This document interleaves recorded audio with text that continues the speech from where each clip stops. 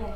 Hey guys, how are you? It's a little past 1:30, so I'm gonna go ahead and get started. The second one.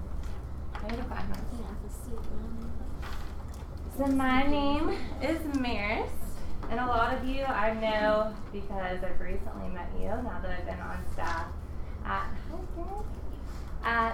Keller Williams Peachtree Road, and then some of you I know because you are clients of mine with Marist Inc. And then some of you I don't know at all. Is anybody a visitor from a different office? Okay, great. Well, today I'm super excited because I created this 4-part marketing series basically to try and help teach agents what I do. So when I think of marketing for real estate, I kind of developed this idea that you should break down the concepts of it into 4 parts so that you can focus on 4 different parts.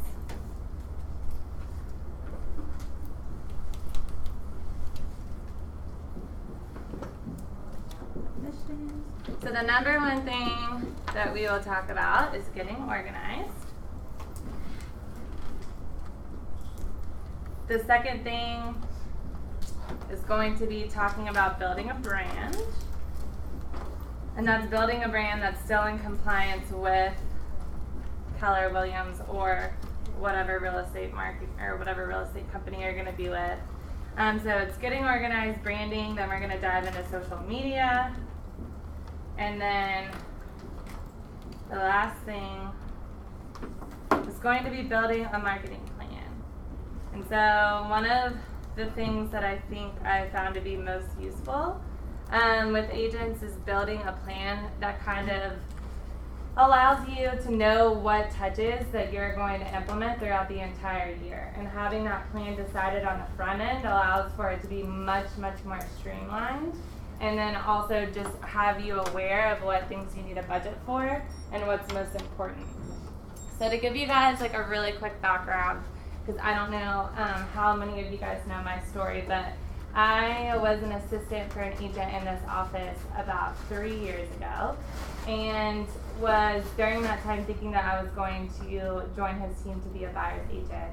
And so I took my classes to get my real estate license, and like through this time while I was attending all these different classes at Peachtree Road, just started to see this need that people just they needed support with their marketing, or they didn't have time to do marketing, or they didn't have the funds to hire someone individually. And so I thought that it might be a good idea to start something where I could help multiple agents, but also keep it super unique to them. So about 2 years ago, January was just the 2nd anniversary, I started Marist Inc. And since then, I'm growing it and perfecting it, and I have an element of it that's consulting, and then the other element that's implementation. So when I first meet with agents, one of the things that I realize that if you're not organized when you're getting ready to build your marketing plan, then you pretty much have nowhere to go. You have to have, I know that you're taught that your business is your database is your business, whatever, and that is so true. So when I first asked an agent, meet with an agent, it's like, okay, well, like how fine-tuned is your database? Do you have something, concrete? Like, is it in your phone? Is it on your computer? Is it your email? Like, where is your database? So, of course, this thing's not going to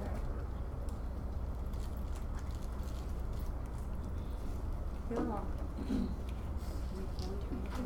It's a great start. I know you really got a lot out of this one slide.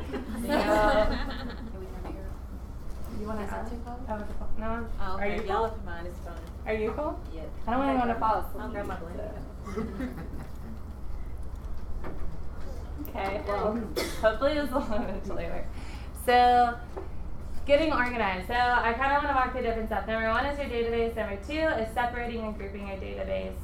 Number 3 is entering your database into a CRM, and then reviewing different types of marketing campaigns, and then we're going to talk about your web presence. And these are all things that I think are fundamental, and if you haven't done them, then it should be the number 1 thing that you focus on. So, your database. I'm going to start with this slide. So this is basically a spreadsheet. So when I talk about this, I'm just going to reference eEdge because it's the one that you guys are all taught. It's free to you. Most CRMs you can import the same way, so this is basically going to apply no matter which CRM you want to use. But my suggestion, and this is literally just all this part's going to be, is my suggestion, is when you are organizing your contacts, or if you need to reorganize your contacts, is to have them in a hard copy on a spreadsheet. And my reason for showing you this slide is to show you that the way that I'll help agents with it is by having this top row up here correspond with however it needs to be imported, which most of the time, this one will apply to eEdge, it'll apply to multiple CRMs. And then down here is creating the tabs. So when you have your contacts grouped by categories, so it says personal, vendor, KW agent, not KW agent. These are like the 8, and then you can get into more personal. When you have them grouped on the front end, then you can import them with this into your eEdge or into your CRM and already have them in the different categories, and it allows you to build a plan around your categories without sending stuff to people that you're not intending to send it to. It also allows you to create campaigns more strategically focused on that. Like, for example, if you wanted to send something to an alumni, or you wanted to send something to your yoga friends, or whatever like campaigns you wanted to theme, grouping them is very important. I have copies. There's a few things throughout here that are tools, more or less, for me, that if anybody wants a copy of, like, they're all freebies, and I'll get them to you, and you can use them. So just, I guess, make a note of that, and then if you want to come up after the class, like, anything that you guys want, I can send to you. So when you're organizing them into groups, again, I just want to touch on this for people who don't know. When you're in eEdge, you can go to your contacts place up here. You can go to manage groups. You can add the groups that you've already created on your spreadsheet, and then you can import those contacts into those groups. You can add contacts one by one. When you're adding contacts one by one, add them to the group, make notes, all of that. This is using the CSV. This is more information on when you're in eEdge that you can sort by leads. And when we talk about the different types of marketing campaigns, you guys will understand why it's important as you're adding contacts to classify them as a hot lead, cold lead, whatever. This slide is just so you guys do not know, when you're in eEdge and you're looking at your contacts, there's a little gear over here, and this is just basically like a quick action button that will allow you to add them to campaigns. When I talk through campaigns with you, I just want to preface that Keller Williams provides very specific campaigns that you can add your contacts to and minorly edit. I don't personally focus on Keller Williams campaigns. I build my own campaigns or build campaigns custom to the agents. So my expertise is not all Keller Williams and all things Keller Williams, but I want to speak to you on terms that I feel like you guys will understand your language. Backing up and exporting your contacts. This is another thing if you've never done this before. When you go to pull your contacts out of almost any CRM, your email, it's extremely messy. So whether you've been in the business for a while or haven't, if you don't have a hard copy, I just literally cannot stress that enough to go ahead and create a hard copy of your database, because I'll work with agents who have been in the business for 10 years and they don't have a hard copy version of their database, and it like majorly restricts like our efforts to be able to streamline their marketing because their contacts are not cleaned up, they're not in a solid place, and you want to be able to have something, heaven forbid you ever are not with eEdge anymore. When you say hard copy, you mean in a Yeah, when I say hard file? copy, I just mean like an Excel file. Something that's not just only stored, in your email. So if you have it in a CRM, if you have all of your contacts in eEdge and you're just importing all of them at once, then they're just in eEdge. If they're not living outside of eEdge anywhere that's organized, then it can just be really difficult. Like when you take them out or when you export your contacts from your email, like they're so jumbled, and you don't want to lose business because you don't know where all of your contacts are. So if you already have some in there, gather all of them, pull them from your phone, from your email. I mean, I'll find anywhere people have contacts and try and get them together. So here's another Yeah. Question is, you talk about e-edge. Yeah. I keep hearing that's going to be going away at some point. Is that true?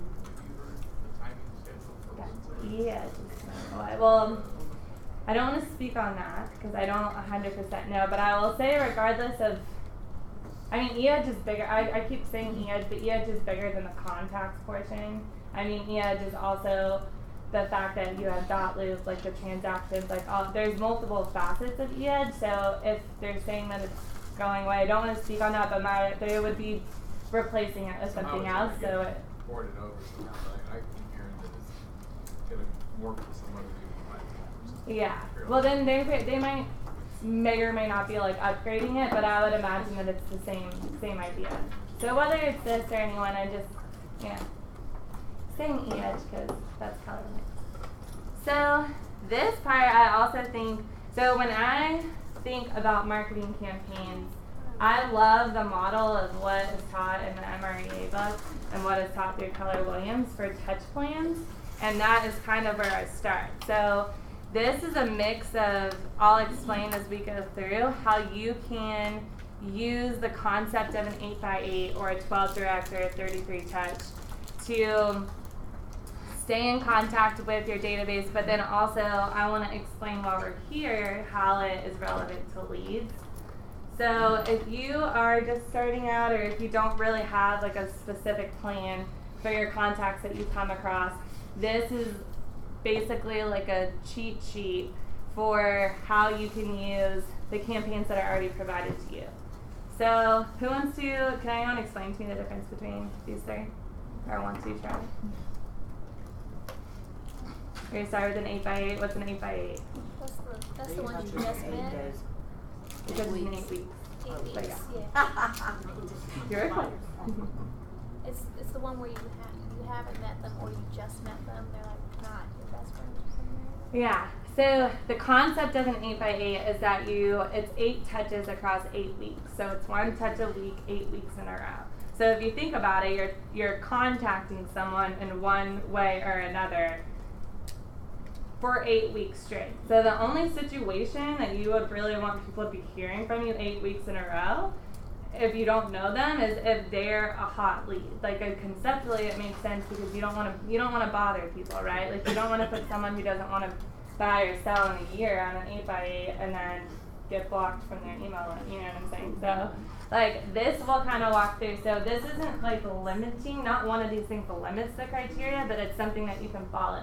So if you just look timeline-wise, if you need someone at an open house that's active or hot status because they said that they want to buy 3 months or less, and you can have, I don't want to say that this is the only way to define active or hot status, you might have your own. But if someone's active 3 months or less, that's a pretty good sign that you could put them on an 8x8 campaign. Committed and uncommitted sellers that are also active and hot status, the main point is that they're looking to buy or sell quickly. For a 33 touch, that pretty much goes, in my opinion, to everyone. If you meet someone who's looking that you don't know, who's just looking to buy or sell within 6 to 12 months, that's someone you're going to want to put on the 33 touch. Because a 33 touch means what? 33 touches for the year. 33 touches in an entire year. All the different kinds of touches, so whether it's in person or over the phone, email, so all the different ways that you can reach out to them. Yeah. Thanks. Alright. So, yes, a 33 touch is across an entire year. So if you think about it this way, these are people that you want to consistently stay in touch with. These, you would put VIPs on this list, you would put a general sphere, you would put anyone that was looking to buy or sell that you're not trying to give a lot of knowledge very, very quickly in a short amount of time. You want to spread it out, but you want them to consistently hear from you so that you don't lose that lead or you don't lose, just in general, staying top of mind of your friends, family, whoever's in your sphere that you're in real estate. So that is a 33 touch. These are some more areas if they're uncommitted buyers and sellers. And then a 12 direct is how often? Does anybody know? This is once a month for 12 months. Yeah, so it's, yes, but it's not necessarily, yeah, it's once a month, yeah. So it's once a month for a year. Yeah, for 12 months. I was thinking that like you were saying 12 months after that. Yeah, so a 12 direct is once a month. And this is for people who are super cold leads. Like you literally just want to stay in touch with them once a month. It's nothing crazy. Like a lot of times this is in the form of a mailer or an email. So we're going to talk through when we get through, now that you guys kind of understand, have a general idea of what the campaigns are used for, how we can break it down. So the last kind of piece of getting organized. So now, like, we understand you have to have your contacts, you need to have them grouped, you need to have them organized and on a spreadsheet. The next thing is understanding the different types of campaigns you're going to put these people on. Then the next thing I think is super important is your web presence. And so when I say to review your web presence, I pretty much am saying like this question that's right here. What do people find when they look you up online? So when I do this, I basically Google your name or your company and create a large list. I just start to track. So I'm like, okay, like this profile showed up, this profile showed up. There are so many things that you just may not realize show up, or accounts that are created because you're a realtor, because you signed up somewhere, and they're empty profiles.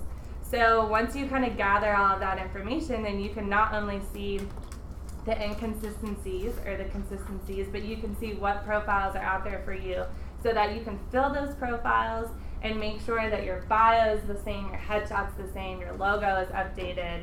You want your service areas to be updated, your contact information, because not only is that helpful if people are coming across your name on any of these given sites, but it builds a stronger SEO. Because the more places that consistent message and value proposition is tied with your name and your phone number and your business name, then the more likely that when people are searching you, that they'll come across and you'll have a stronger, I don't know if you've been in the placer classes, but it's essentially, it's like it'll strengthen the fact that it'll lock those profiles together, and when your name is searched, then all of your profiles will show up more likely than them just coming across your website or just coming across your Keller Williams page. So I would highly encourage you to think about your web presence when you're getting set up. Now, that one's kind of boring. I don't love it that much, but this one's super fun. So branding is one of my favorite things, I think, to think about and talk about. When I think about branding in real estate, one of the things that like really caught my attention and made me interested is that I feel that so many people will get stuck with the thought that no matter what company you're at, if you're real estate or somewhere else, I mean, there might be compliance issues, but definitely in real estate, that you have to stick with Keller Williams colors, that you have to stick with the look that Keller Williams provides. And at the end of the day, like, you're not marketing Keller Williams, you are marketing Keller Williams, but you're building a business. Like, you are your own business. So if you have your own business name and you're telling people that you have a real estate business, then you should be able to market yourself as your own business in compliance with Keller Williams. Keller Williams supports you, and it's the training and it's the brokerage that you're a part of. But I feel like people might get a misconception about the fact that you can't really brand outside of that, and you can't. And I'm going to show you some examples of that. So before we dive into the colors, your mission statement, your branding is so much more than just your logo and your colors and all of that. Your mission statement is one of the biggest pieces of your brand. So I put my mission statement, I'm not going to read this to you, but I put my mission statement on my website up here just to say that the value proposition, once you define it for yourself, then you're able to reflect that in so many unique ways with your brand. And your brand should be cohesive with not only the colors and the look and feel, but the message that you have coming across. And if you don't have a cohesive message across all the platforms that you're marketing, then you're not truly going to implant that concept with the people, with your marketing efforts. And the last thing you want to do is be spending all this money on marketing efforts and your message is all over the place because you're tailoring it based on the one piece or whatever. You're better off having one value proposition and ingraining that with the people who you're sending things to so that sticks with them, rather than going all over the map and trying to tailor it. So if you don't have a mission statement, you can definitely ask me about it if you need help coming up with one. But that's something that is important to think about. Then this part is going to be partial activity, I guess, because I want you guys to think about this and kind of talk about this for a second, like amongst yourselves together. So knowing your brand, these questions, as basic as they are, I want to see how quickly, if you had to tell the person next to you, like what your brand is, who you are, how are you perceived, what is your mission, and what makes you special.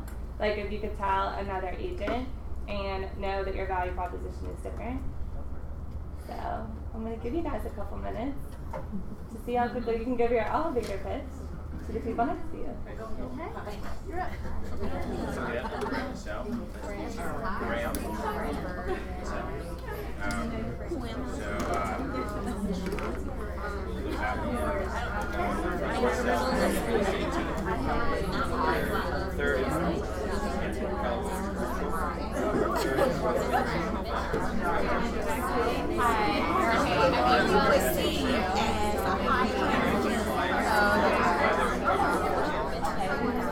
My mission is to help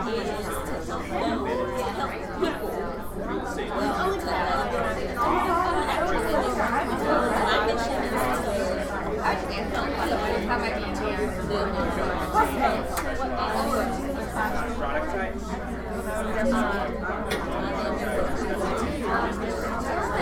I love my product.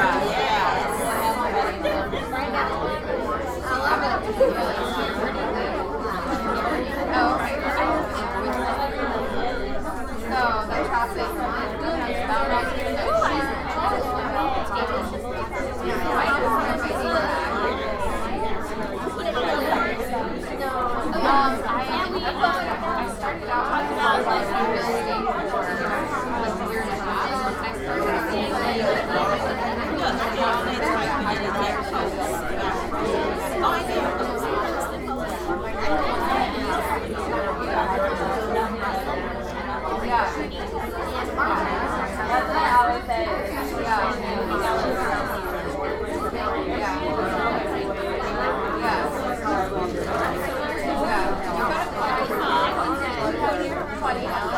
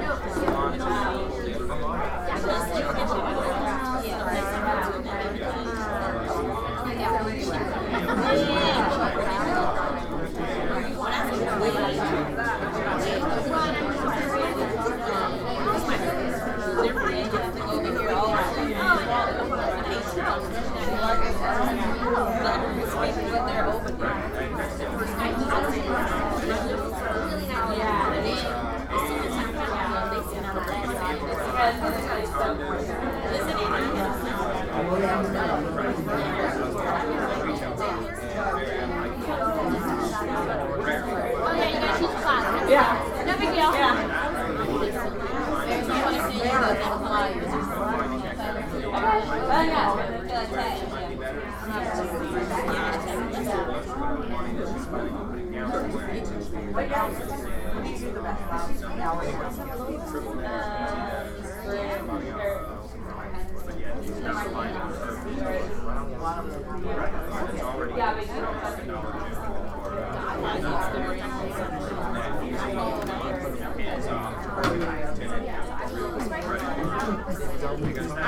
Alright guys, I'm gonna bring it back in.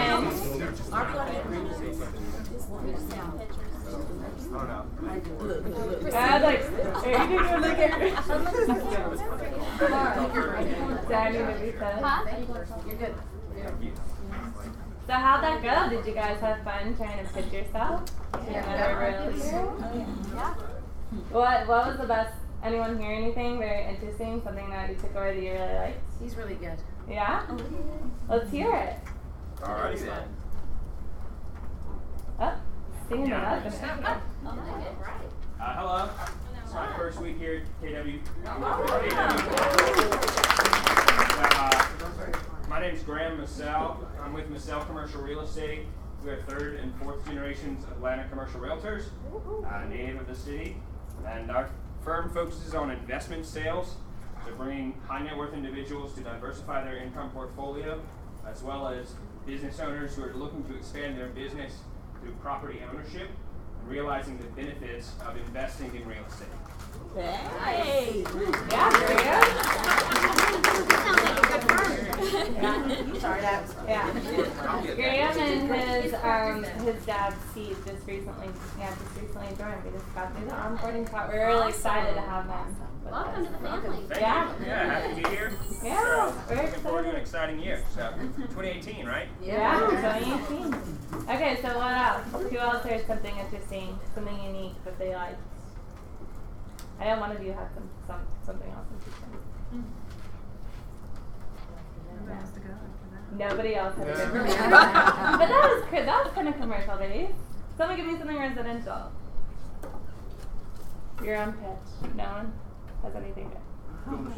So you all need to meet about your mission. Yep. Okay, great. So before I dive into branding a little bit further, I want to ask you, because I honestly intended on doing this at the beginning of the class. When you guys heard about this class, and I'm sure you saw the flyer where I said I was going to talk about branding and organization and social media. What is something that you definitely came here and either thinking, anticipating you were going to learn about it that you really hope to hear? You really hope that I touch on? Anything, something specific? Managing like all your different social media accounts, like your Instagram, your LinkedIn, your Facebook. Okay, so managing them or Managing all your contacts. contacts, how to leverage all of that. How to leverage your contacts.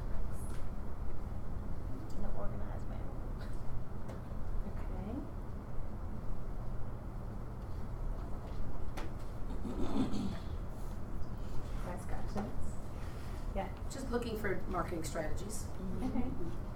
So when you say looking for marketing strategies, do you mean more just in general, of just In ways to general. stay in touch with the Because- people that you know through marketing? Yeah, just the different things that you guys might be doing, that you might be doing, that I don't know about. Okay. Sorry, I don't even know who to look at. How you personally have gone from an idea to a badass brand in like record timing. Thank you. I'll.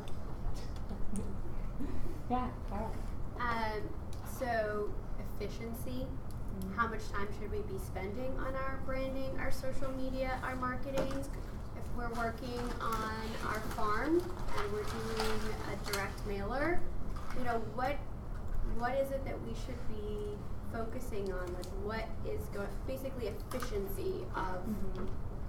So do you also mean in terms of efficiency for like how often and how many pieces, or efficiency as far as like if you're sitting down to create something, how much time should you be spending on that piece based on the return? I think time management on that end. Okay. Yes, the Okay. second one. Okay. So I'm interested to hear what you do. Like, I know you hire yourself out to do some of these things, correct? My team, yes. Your team does. But I would love, like, I was hoping that we'd get like a how-to tool. Like when you mentioned updating your campaigns, I really think the Keller Williams campaigns need some help. And I would love a how-to. Like, how would I create a campaign? How would I upload it into there? And how would I do that? But then if that's your business, maybe you don't share how to do that. I don't know.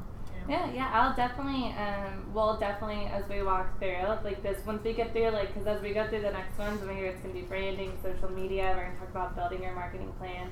So as we walk through that, I'll definitely tell you the systems that I use that are that most user-friendly, most, I guess, affordable, cost-effective for agents, like on any platform, and that's definitely a great place to start. And I'm more than happy, to tell people how to do it. Yeah, we won't work through. I think I'll definitely have more individualized, like 2.0 versions of classes where I'll physically have like a Michaelis Marketing Suite version, not that, but version of like walking through and physically doing stuff. Yeah, but today it's like a lot of conceptually the things, the tools that you could be using, and then we can dive deeper. And tips and tricks basically on them. I'd like to know, so how to take all the social media, like, your business page, and how to actually translate that into results of leads. Because I think a lot of people have them, like myself, but I'm like, well, what do I do with it to really increase business, not just have it? Okay. I saw some. Yeah. For social media, just like what and when to post. Okay. Great. Are you accepting new clients? Like, are you hiring? Are you getting new clients? Like, are you accepting new clients? Yes. That's what I am. We're always accepting new clients. So now, don't be deterred by Marist's physical presence being here and all of that. Like, I have girls, and I have lots of girls who are perfectly capable and ready to work with me, and I'm ready to hire them. So we're never turning down this. Thanks for asking that. Anybody else? It sounds like a lot of social media. It's me Yeah. too, and especially being legal on social media. It's still a little bit squeamish. Yeah.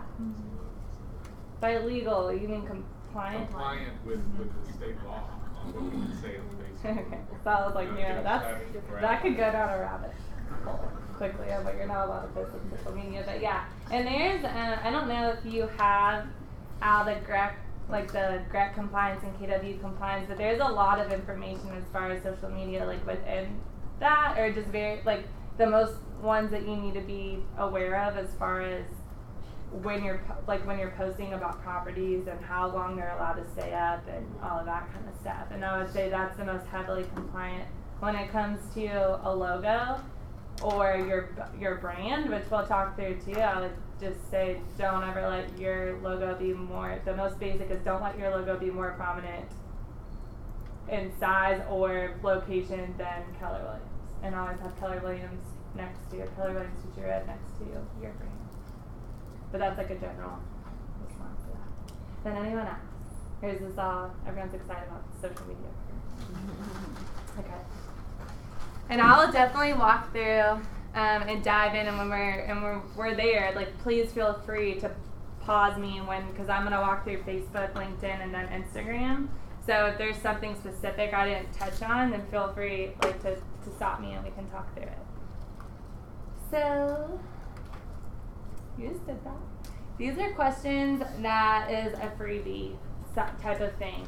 And this is pretty much my golden tool for not only helping the agents learn their brand, but for me to really understand basically how they're different from other agents. Because that's the number one question, right? Is if you're all in the same industry, you're out of the same office, maybe you focus in the same area, like how are you going to do marketing that's different? How are you going to stand out and be different and attract someone different?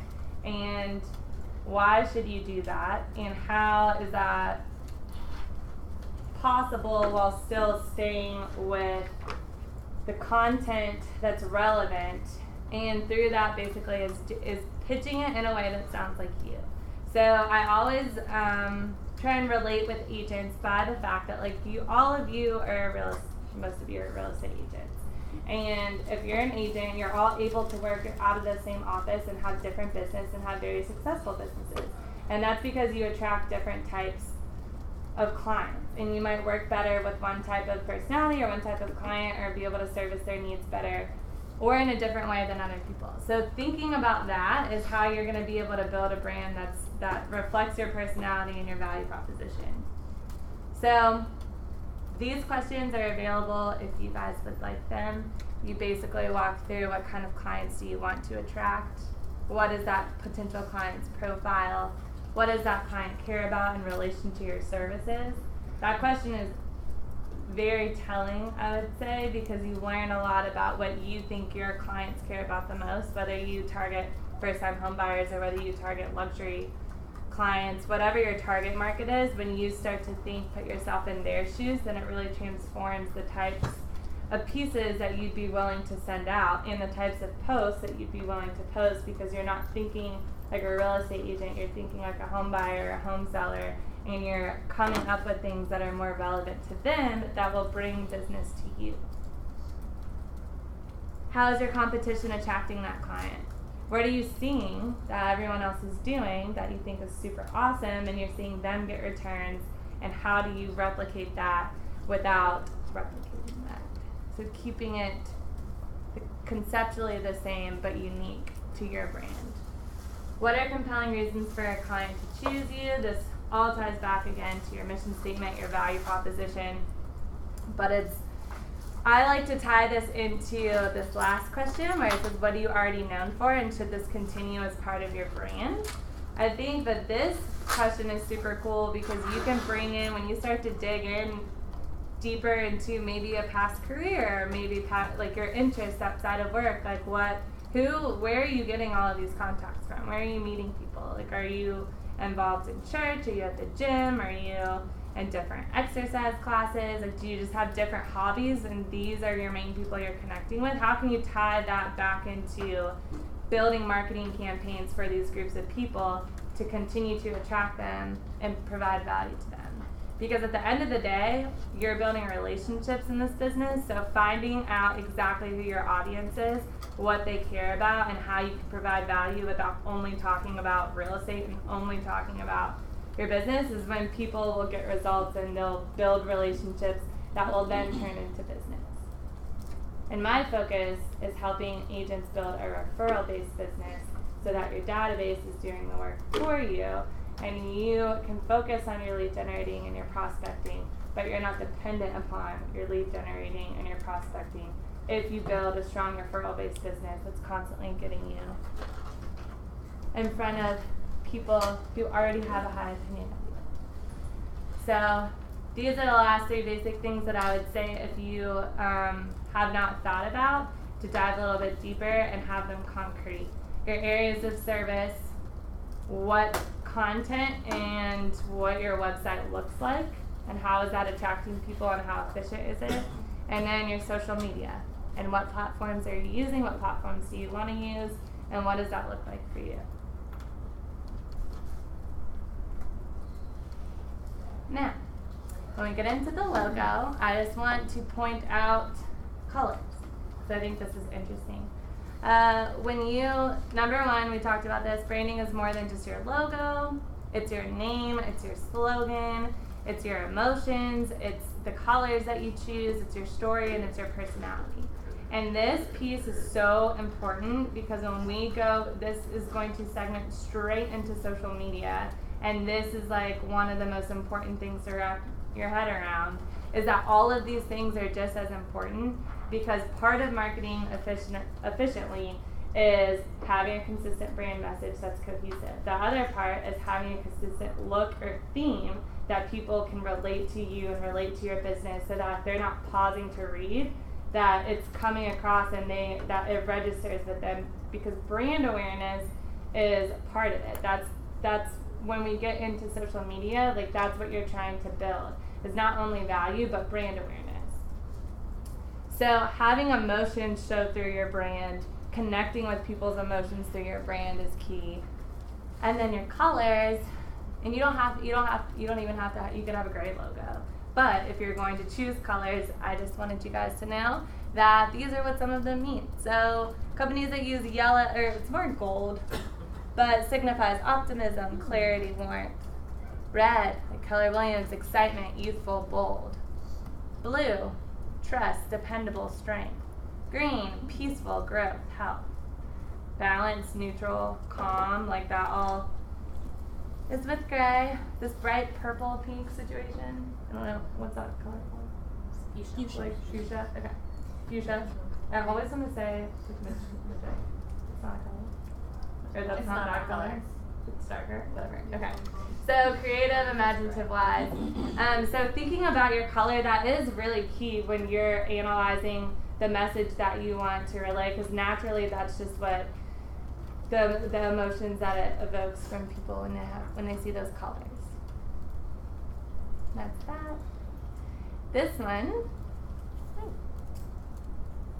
you guys, typically I would have a sheet for you when we did the other activity, but this is super fun to me, because I think, or you guys tell me, but for me, I always feel that this could be an aha moment for real estate agents, because I don't know if you find this to be true, but I find that a lot of realtors will really focus on their name and how they're going to turn their name into a logo, and what font they're going to use, and how long is it, and how are we going to add real estate consultants, because you can't have realty, and we get very hung up on this, right? And we're thinking about it, and it doesn't make sense, and it seems way too long.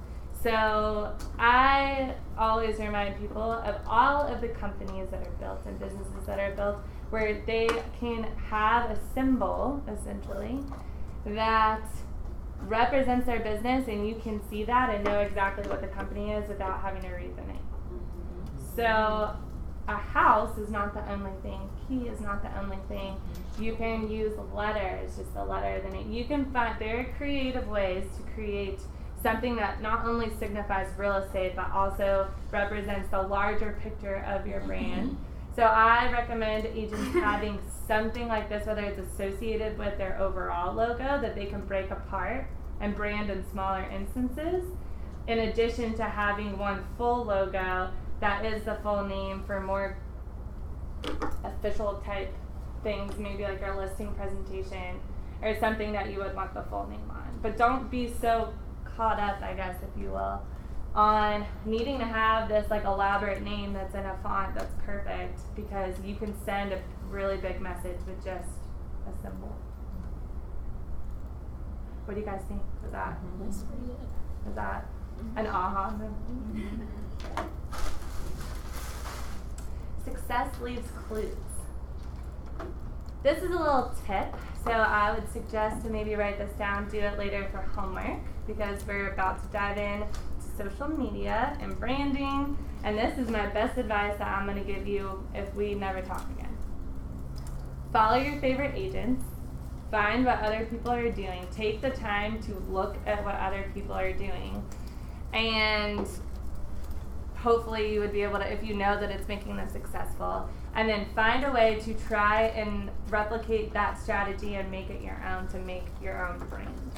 So if you never have anyone assisting you and you just are on your own and this is really weighing on you and you don't outsource it to someone, then my best advice is to just literally stalk as many people as you can on social media and figure out what they're doing.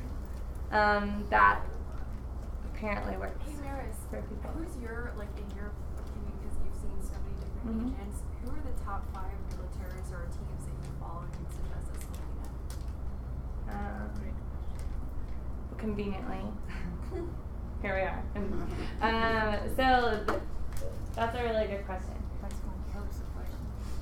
Okay, so her question was, because I work with so many different agents and realtors, like who are people that I would recommend that she would follow? Who I think are successful, and I just don't happen to pop this up. So the reason why I'm bringing this up, I'm going to answer that when we get to in a couple slides. Yeah. But the shifts would be one of the examples. So the reason why I'm pulling up this slide about the shifts is because I did all of their branding. So this is a representation for me to say that when I first met with Lee and Michael about a year ago, I think Lee and I just talked about this, was about a year ago. And we sat down, they were looking to, I don't know how many of you know the shifts or are close to the shifts, but they used to have a logo that was green and red. And Lee asked me about it, and I said I hated it because it made me think of Christmas. And she had an idea for, a new color scheme, a fresh thing, and it's fun. Like when you really start to think about it, think about what colors mean, like some of that comes out. So Lee and I talked through, and we had some ideas, and we worked together, and we came up with a whole new brand. And this slide is to show you not just how you can cohesively bring colors to make it come together, but how you do it on different platforms. So instead of pointing, she was going for like a midnight blue and light gray, which I absolutely love. And I'm gonna turn all this up so you can see. How pretty is that? I love their colors, and it is not color lines at all. So yeah. So this is essentially the 2 colors we wanted to work with. So this is kind of how it's like, okay, like in an email blast, how you can incorporate that look and feel. This full thing is a graphic for, they wanted to do a giveaway. So it's, instead of just sending out a message or just putting it in an email blast, it's, how can you create little graphics that are themed to your brand, but also send out a message. But if someone were to see this, like it's very obvious that this is the shifts and it reflects their brand.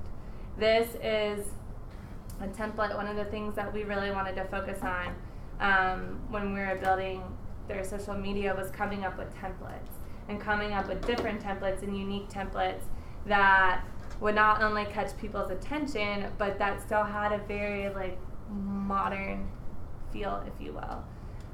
Doing really quick, so that I would say that this one was more of like a template that could be reused.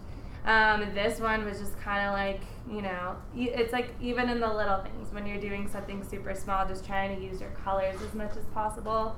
And then this is a tip or a testimonial or something. This is when they have an open house. This is an example of just like a social media post that my team put together, but they did it because they were talking about 2 different colors of the year, but also tried to semi-pull into their color schemes because it worked out. But thinking, taking that extra step to think about, even when you're posting something on social media, if you're using a graphic or something along those lines, how can it go with your theme and your brand? Because that is brand awareness. And if people aren't stopping to read which one would you choose and participating in the poll, they're still seeing your logo in the general colors, and then that reminds them as they're scrolling through of you and of your real estate team. Now I have 2 other ones, and I'm also going to preface this before I go to these, that one of the things that I think is super important to know is even if you don't, and you may not like this, but even if you don't like everything, it's still important. This is what these agents liked. So, Carpe Diem Real Estate. I don't know. How many of you got, I don't think Rachel's not in this office anymore. You guys know Rachel Sarlin? Yes. Oh, yeah. Okay. Yeah. So I love Rachel. we've been working together for a while. And sorry, that was not meant to like preface this. I just wanted to tell you, like, brands are just like very, very different. And they should be different. But as you can see, when we come to this slide, if you're back here and then you come here, like, this could have very well been the same information, but you can tell that this kind of flows with like her theme because the colors are all very similar. So Rachel came to me and she wanted a brand, and so we played off of Carpe Diem is very near and dear to her heart for a lot of reasons her whole life. And so I told her, you know, like, if that feels personal, and like, let's figure out a way to make it work. So my way of figuring out how to make that work was to have Carpe Diem real estate, but then add the Seize Your Home to play into Seize Your Day. So her website is seizeyourhome.com, and we try and do as much branding around seizing, like we did Seize Your 2018 resolutions, and we just play off of that as much as possible to tie in. So when you're thinking of tagline slogans, you can take something like Carpe Diem, that this is like screams Rachel Serland if you know her, like her logo, like that is so representative of her. But you can tie it back into real estate. We have a version that is that version with her style, and we have a more corporate-looking version of Carpe Diem. But still, when she has this now, then she can theme not only like her mailing pieces, like the seizing your 2018 resolutions and doing different farming campaigns, but then also doing like sections like this in her newsletter, where it's like a Seize Your Home section, and we can do actually seizing the inside of your home or outside of your home, to like seizing your home in the Atlanta area. And all of that is kind of ways to tie in relevant content into a bigger brand. So that's my purpose of showing you this. And then this is totally different. And these are agents who, at the time, which is just, Harry Norman's colors just changed, but they wanted to, it's like a team, 2 girls, and they really wanted like the peach and cream, because the peach and cream was Harry Norman's color. So it's just another way to show you, like, they always have this like we always use this stock image with this information to do as a coming soon template, and that's just what they wanted. Like, it's noted that it's a stock image and not the property, but they want every time, like, if someone's scrolling through their social media, for them to see coming soon and it be that picture, and people to know when they see that means that there's a property coming soon, versus just showing random houses, which is another trick, is to just have an overall message template that draws people in to imprint in their minds, like, when they see that means this. This image, this look and feel means listing. This image and feel means buyer tip. This image, you know, and it goes, like, you can create different ideas. Because social media is so fast. If you think about how often, like, you're just sitting there scrolling on your phone, like, it's so important about what it looks like, because you have like 0.2 seconds for people to like process what's in front of them, and if it doesn't capture their attention or give them the message that you're looking to receive, then they may not read it. And you may think that the content of the caption or the link back to wherever it's going might be super, super important, and you're really hung up on how to write the caption. That's important, but it's not going to grab their attention when you're scrolling through your feed. So I would say that that's one of the most important things to think. Your brand is one of the most important things to think about when you're posting, because a lot of it is having people stop in their tracks versus them gliding over and totally missing the content and the value, and then you're losing out on people even having interest in what you're posting. Does anyone have questions about any of that? Yes.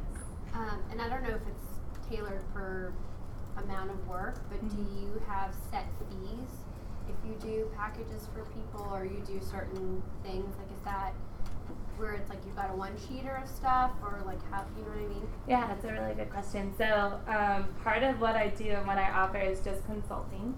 So it'd kind of be like a very specific version of what we're doing right now, where we're talking about your brand specifically. And then, and that's like one fee associated with that, and that works well a lot of times with teams. So I've done that with big teams in this office, and then I've kind of worked with the team, so that's one element. And then another thing that we offer is set larger packages, and they are set fees, where it's basically subscription based with like the opportunity to opt out after 3 months. Where in a lot of cases, like if it were social media, like we would act as like a full-time social media person doing all of these things. That would be examples of that. But then there's also instances where agents might come to me and say, I don't really care about anything other than branded templates. And I want 10 branded templates, and these are the topics I want to cover. And I'll create those templates based on their brand. And then they can purchase those. And I give them through, I might partially design them outside of Canva, but it's like easier for me to give them to them in Canva. Yeah, I love So Canva. I'll find ways, so I'll find ways to have the parts that are important replaceable in Canva and send the links through there. What's Canva? If that helps. So we'll talk. So Canva is basically, it's like a beginner's design website. So if you go to canva.com, and I feel like it's taught a lot in real for marketing, but they have a lot of templates. So they have pre-made. It's very, very good for like beginners because they have a lot of pre-made templates that you can just, all you have to do is change the text. Well, the nice part of yours is that, so I use Canva and I've seen a lot of agents have the exact same templates. Yeah. And what I'm loving about what you're doing is that not only is every agent or team stuff different, but it doesn't look like what I've seen on Canva so far, which is awesome because that was like an assumption that I had made, was that they would all look similar. Yeah. And so this is eye-opening. Yeah, okay, great, thanks. Yeah, that is one of the trickiest parts. I'll tell people all day long, like Canva is amazing, but to kind of take it here, there's got to be someone with somewhat of like a design element, because you can use what's there and it'll save you a lot of time from starting from scratch, but you still have got to like know how to manipulate it enough to like change it. But yeah, that is, and I do notice, like I'll see and I'll be like, oh, that came from Canva. Yeah. And yeah. How do you spell that site? I can't hear. Oh, okay. So Canva is C-A-N, can, and then V as in Victor, and then A as in apple. Canva. Thank you. Mm-hmm. And it's free. And you can get a business account, and it gives you more templates. But honestly, like the free one, they have things that are pre-sized. I think it's definitely it's a place to start. One day I'll probably teach a class on Canva. Right to work. We'll see. So branding, content ideas. So this is not even, we're going to revisit this in social media, but in general, like this, the reason why this is not in the social media section is because I want everyone to understand that when you're thinking about branding and content ideas, that is not just on social media. Your brand is you all the time. It's wherever you're walking, it's wherever you're sending emails, it's however you're speaking. Like your brand is, you are your brand. So this is things to consider when developing content. Staying on top of local market updates, neighborhood updates, marketing your listings and your open houses, doing lots of buyer tips or Q&As, seller tips, Q&As. This one right here, so like posts like this. This is an example where it says how is social media day. So what is happy social media day? What style of living room do you prefer? This is like a very, I don't know how many, I'm sure you'll see this a lot, but this is a very, what's the word, effective type of social media post because you are prompting engagement. And when you ask questions and when you give people very easy ways to respond or interact with your post that don't make them feel like they're overly having to give personal information. It's not a personal answer, it's just a more fun, engaging answer, then they're more inclined to engage. Now we are going to talk about when we get into social media the mindset and mind frame that we should have when it comes to thinking about your business page versus your personal page, because I think there's a huge misconception with people getting used to likes and that type of stuff on your personal page and associating the success of your business page based on likes and comments. And then when we get into that, I'll explain why the mindset. I have a question about the branding. It's gorgeous. How do they incorporate the Keller Williams logo? So this is okay, so, that's good because I didn't show you on there. So this is Harry Norman. So here it's like That's their logo. So this is a very safe way to do it, whether you're Harry Norman or anyone else. When you do this little effect of the thin line in between, then not only can you gauge and make sure that this, I don't know why I'm standing up next to it, but what, like this H is bigger, the H and M is bigger than the R and C because it's just like Keller Williams, your letter can't be bigger than K, basically. So doing this, a lot of times you can make it work, especially if you create little like headers like that. So that's the safest way. You'll pretty much always guarantee that you're compliant if you do that. For them, because this is just snippets, I don't know if we have, of course we don't have it like on this one. So, but it's not that it's not on there, because these are like pieces that came out of somewhere else. So like if this is showing in, then it would be somewhere else.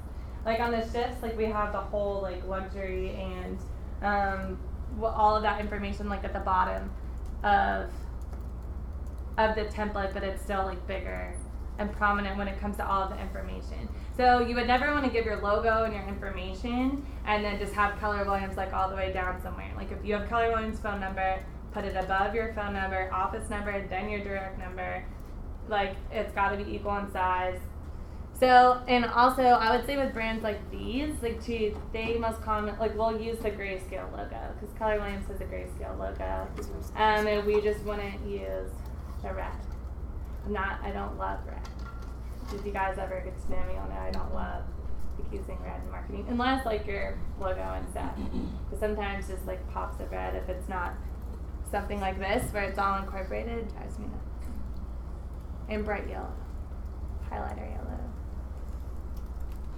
Okay, so this is this kind of piggybacks off of keeping your clients in the know. These are just general types of content, but again, we'll go into that in social media. This one right here for blog, website, social media, audio, video, and articles. So these are more specific types of ways to deliver the suggestions I just said. So through your blog, you can talk about local market updates. Through your website, you can have content about your listings or your open houses. Through your social media, you can advertise all of those. And then through video, audio, and articles. Those are all ways that you can deliver the content ideas. Okay. I feel that it would be a good time to take a quick 5-minute break. Everyone go to the bathroom, walk around. Social media is y'all's hot topic, so we are going to spend a lot of time on that. So if anyone needs to use the restrooms, go ahead.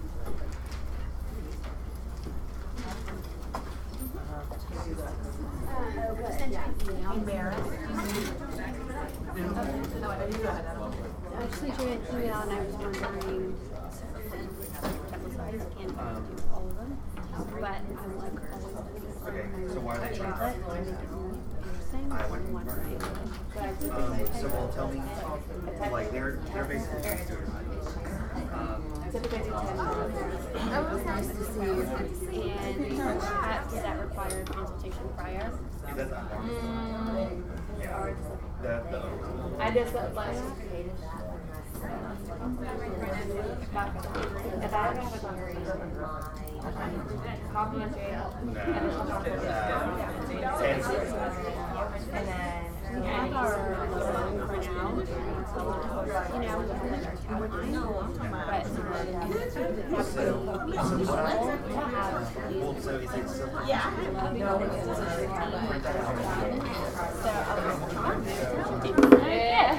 so stuff like that would be really amazing.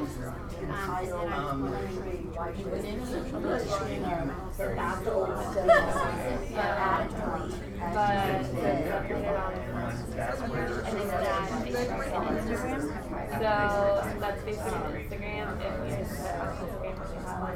So you can post it on but I don't post it. Yeah. But that's the time. My number 2, yeah, so my 1 and 2 that I focus on is first Facebook and then LinkedIn. So like if you have a personal LinkedIn, I'm curious to see how you tie that to like a business LinkedIn. Yeah. So the show stuff is just like that. I don't think that your case, I don't talk about it as much because like it's not gonna be so I'll talk to you just in general.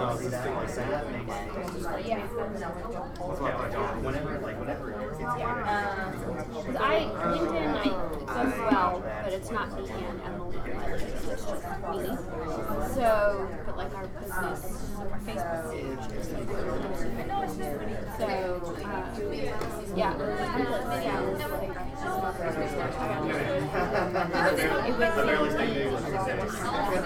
and we've done it for so I'll do it too. Like you have your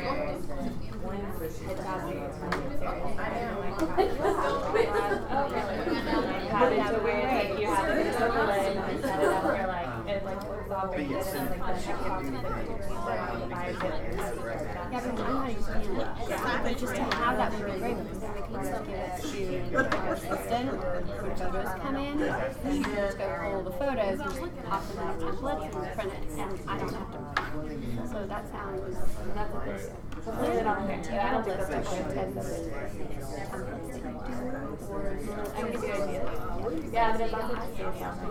I mean, I'm trying because we're adding like a time. Curious as to what you did for the team. I can and I give them yeah, she's just trying to pull it out. I give them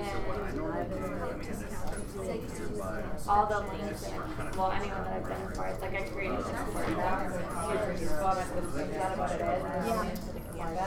So that is basically like your master sheet of Canva links. So I learned this. Can I put it in my Canva? Yeah, so then once you click on it, it makes it like that. That's not very you may utilize it. So you're going to share this with something else because you need to easily give it to yeah. because it's like at least helps them feel like because it's labeled like this suggested success like this and that or there's a picture of it. So it's like I said, I've never yeah, and like I love it. I'm not gonna like that. That like work on real estate, and so I was like, well, I don't want to lose like a agents. If even I can that part out of it, I'm like, love it. That's yeah, that's like the number and like people like it's the number one question I have is like how can you possibly do different stuff and I'm like well everyone's personality is different like it's different but like if you see the shift stuff like the shift you feel like if you knew this Harry Mormon school you'd be like that's yeah like that's yeah I'm gonna go mention it yeah I'm gonna mention it like commissions based on net or something like that. So like she can't just come back and say, oh, I'm already How are you? yeah, I've only ever had one and that agent, and I told her about it. And she was like, well, we'll just go ahead and send me the commission agreement. But that's just to cover it, so that way you can remember.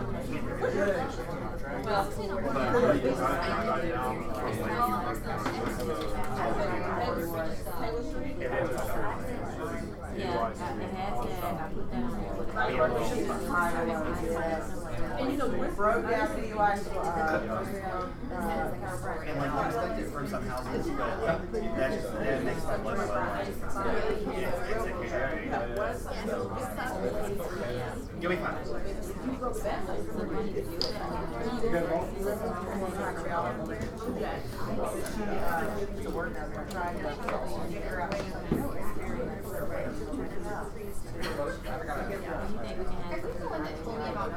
Yes, thank you. Yes, thank you. April.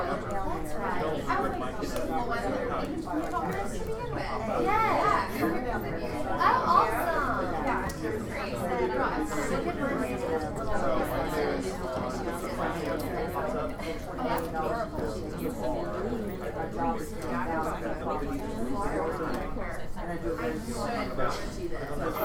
No, here, I'll just take it down. Refresh it, and then it comes back up. I know you should. Because It's fun. Here, I'll do it. I use that one. think they're saying my Yeah, well, yeah, I know what that's like. But, yeah, the extra clicks, but I just love, you know, when I it was like right there, you know, I appreciate that. Yeah, I'm like, which is not a person that would tell me anything like that. I love it, man. So yeah, sure. Spread the word out there. You be the person to spread. I'll do that. Thank you, my friend. No problem. That's what it was, yeah. It was like Mastermind. Christmas. Yeah, it's my big stage, the example was like incredible. Yes, I remember that song. So I just texted you, hey, you said my business card is still here. Oh, yeah. I was I'm so terrible. I'm a realtor. Sell property. Yeah, I have to say, I will save me now. I have you saved. You already did? Yeah. Today, friend request her on Facebook. I think I know. Good old boy thing. They ultimately agreed to whatever. Well, look at this, right? You already have me in. Absolutely. No, she's great. Which is really funny because I'm having to show me for me to like throw the coffee with her and everything. It's hilarious. So much. Oh, that's great. Have you ever heard of the conversion code? Do that. It's really good. If you want to learn like internet marketing, they have a lot of sales strategies in general that are really good, like hand abstraction, right? Just how to deal with the conversation. But it also talks about landing pages, lead capture, it's called the conversion code. It's by Kristen. He's the creator of it. Yeah, yeah, I've heard of them. Because a lot of stuff that you have here, Kristen, like Kristen, yes. But it's really good. It's kind of cumbersome to sit down and read it. Some of it's like, right, strategies. There's going to go work on it. Yeah, you know, whatever you're doing. But it's really good. I have it on Evernote, thankfully. Here, I'm going to plug it in.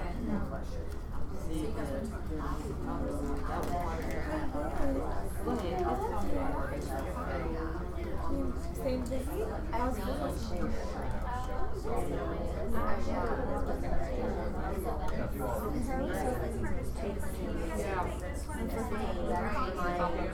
What'd you do?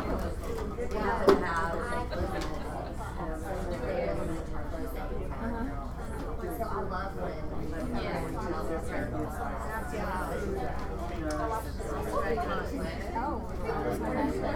I was shooting a video on the way here. Like, people are asking me where I learned stuff. I'm on my way to a class right now. That's where I learned stuff. Right. I teach myself all the time from classes. Podcasts. Yeah, you're constantly, if you're not doing that, They do it different too. all this knowledge. And then you're no, you're going to have a lot. And you're like, we don't have to do anything one thing. And then people start showing up. It's not just like, Oh, it's already there. Where do you buy it? But I want to say hi. You did Florida with one R. Were you I was not going to say both of them. Yeah, I'm not in the color. Okay, so I was in Color Williams.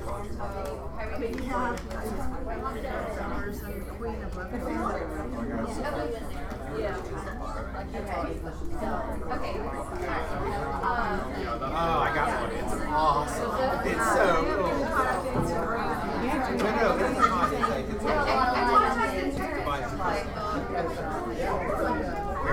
pressure cooker.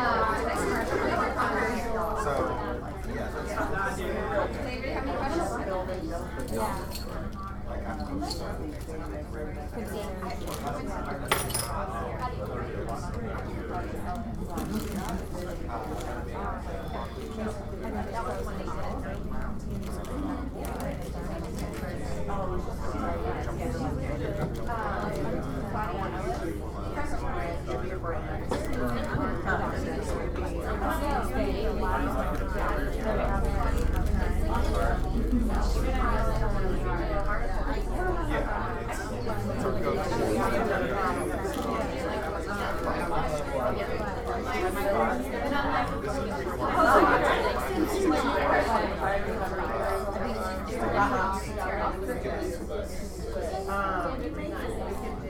There's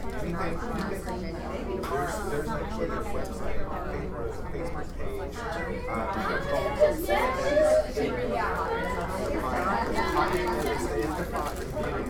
This is where these people are sort of dealing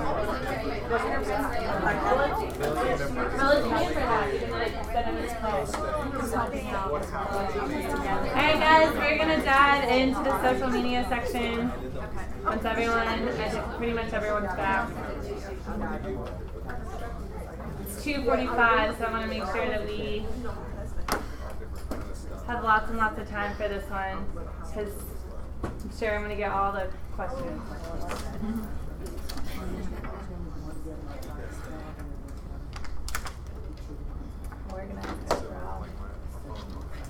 Cara, when you were talking about, you were the one who was talking about organization. Yeah, efficiency, and so over time I've been able to spend less time on getting these things done, and I'm just wondering how much time is too much time, and kind of what she had asked is, you know, that in proportion to the return on it. Okay, well then. Oh. So Cara's, okay, yeah. Thank you for reminding me that I should repeat the answer. Cara is just saying that her question is basically that she would like me to touch on how long you should be spending on pretty much like developing any given like marketing piece or content piece in relation to the return, and a way to gauge that so that you're not spending too much time on something that's not going to have a high ROI. So with that, I want to ask before we start, has anyone thought about this while you're creating marketing pieces? Can anyone give me a gauge on how long you feel like it takes you to do a flyer? Does everyone in here do their own marketing? No, it takes too long. I do. I do some of my own stuff, but Hours. yeah. So hours on like one flyer, Yeah. you think? Too long. So when we talk about hours on one flyer, are we talking about something totally like custom and random, or are we talking about like a property or all of the above? Well, just if you're using a standard template property, you gotta set, that doesn't take too long. But when you're just trying to create something new. Okay. So like you have an idea, you think this would be cute, and then you go to put it together and it's nothing like what's in your mind. And then you play around with it for way too long and it still doesn't get there. Is that what I'm hearing? And it was supposed to go out. Yeah. I think most people, like, it's pretty, I think the color waves model is very clear that there's more valuable things to be done with your time, like making phone calls and doing a flyer. Okay. So I would think that most people probably farm that out. I would think. Okay. So what Rachel's saying is that Rachel is saying the Keller Williams model in general, is saying like there's better uses of your time for calling or prospecting than it is to be spending on a flyer, which is why they teach and preach to leverage your marketing. And so it's kind of a tough question for me to answer, like how long is like worth it based on, because I haven't personally run any tests or currently read like up-to-date stats. I will tell you that when I'm doing marketing pieces or a flyer, I want to find a way to make this help. Like if I'm doing a marketing piece or a flyer, it could take me like 15 to 30 minutes to do something custom, like from concept all the way to like the final product. And it 9 times out of 10 is exactly what someone's looking for, and it's pretty much done. It does not take, so I would say, well, I'm just going to recommend, like if you're not someone that you feel like you are heavily, and it does not, I'm not by any means pitching myself, but if you are not heavily like visionary and able to understand the tools of the process, and if you're spending an hour, I would never dream of spending an hour on a flyer. Like if you're spending an hour on a flyer, that is not your highest and best use of time. Certainly not, because it's not, certain marketing pieces are necessary evils, right? Like you have, most of the time, have to do a flyer. If you're having an open house, you have to have an open house flyer. You need to be posting about it. You need to be doing those things. It's not a matter of, this isn't like conceptual, like creative, like farming campaigns, like in general, if you're ever spending more than that amount of time, then like outsource it to someone or figure out how you can get some templates that are good for you and spend effort on the front end, because definitely not spending an hour. I was just gonna say that to me that goes back into branding. Once you've developed your brand and you've developed your templates that fit your brand, then it should only take you about 15-20 minutes to go plug and play. Change the words, change the pictures. But the whole point in branding is to have that icon that every time somebody sees it, it's exactly the same. You know McDonald's when you see it, red and yellow. You know Coca-Cola. You know what I mean? So so you spend the time up front to create the overall look. And then as you're going, you're just replacing information. Creating templates. And finding a way to figure out everything that you need, which is pretty much when we dive into the marketing plan piece. When you find out everything that you need and you can create the templates that are necessary, or whatever the email blast, it doesn't just have to be a flyer or a postcard template, it can be an email blast template, a newsletter template. Once you have that, then your marketing is turnkey. It should be turnkey. I don't want you to think that like it doesn't.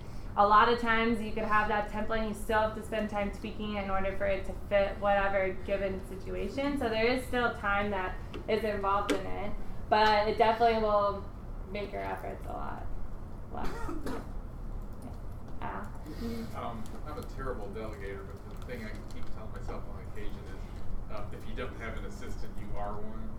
So if you're doing $10, $20 an hour work, like 60 generating a lot more doing something. That helps get over the hurdle of knowing what to do and what to get somebody else to do. I've almost had, like, it's been very eye-opening since I've been actually on staff doing stuff. So now that I have Marist Inc., but when I have Marist Inc., it's virtual.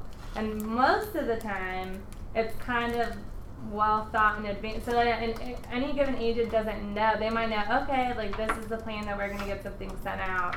But they don't know, like they're not physically there. They're not like waiting for me to deliver it, because most people have that understanding. Like I'm working on a lot of people's stuff, so stuff is planned in advance if we have your calendar. So they don't know if I turn something around. I could turn something around to them like within 2 days, but that could be based on like how I'm budgeting like my current workload, right? Like they don't know that like that piece didn't take me 2 days, maybe it took me 5 minutes. Ever since I've been here, like on staff in the office, doing stuff for James or Dory or whatever, is when I'm really getting that feedback where they'll walk by and say, hey, can you put something together about this, or shoot me an email, and I send something back and they're like, that would have taken me like 5 hours. And I'm like, oh, really? Like what? And then I'm getting more of an understanding like for that. So when I have seen firsthand how it's changed their time and their efforts, and like just not by delegating that, by taking that plunge and asking to hire me on staff part-time to do stuff for the market center, it's drastically changed that. So I don't want to speak on behalf of any of like my clients, but I would say that in general, like if that's not your strong suit, find somebody who it is. Like there are lots of freelance marketing people who can help you. And the Church Bell Group does marketing. If you're spending a lot of time on contract to close, if it's listing specific, if you need help with posting your properties on the intranet, like they're another resource in this office who does that. Does that kind of touch on like the time, give you a little bit, or at least help you understand like not spend too much time on stuff? Yeah? Okay. I just want to make sure I'm answering all the way through.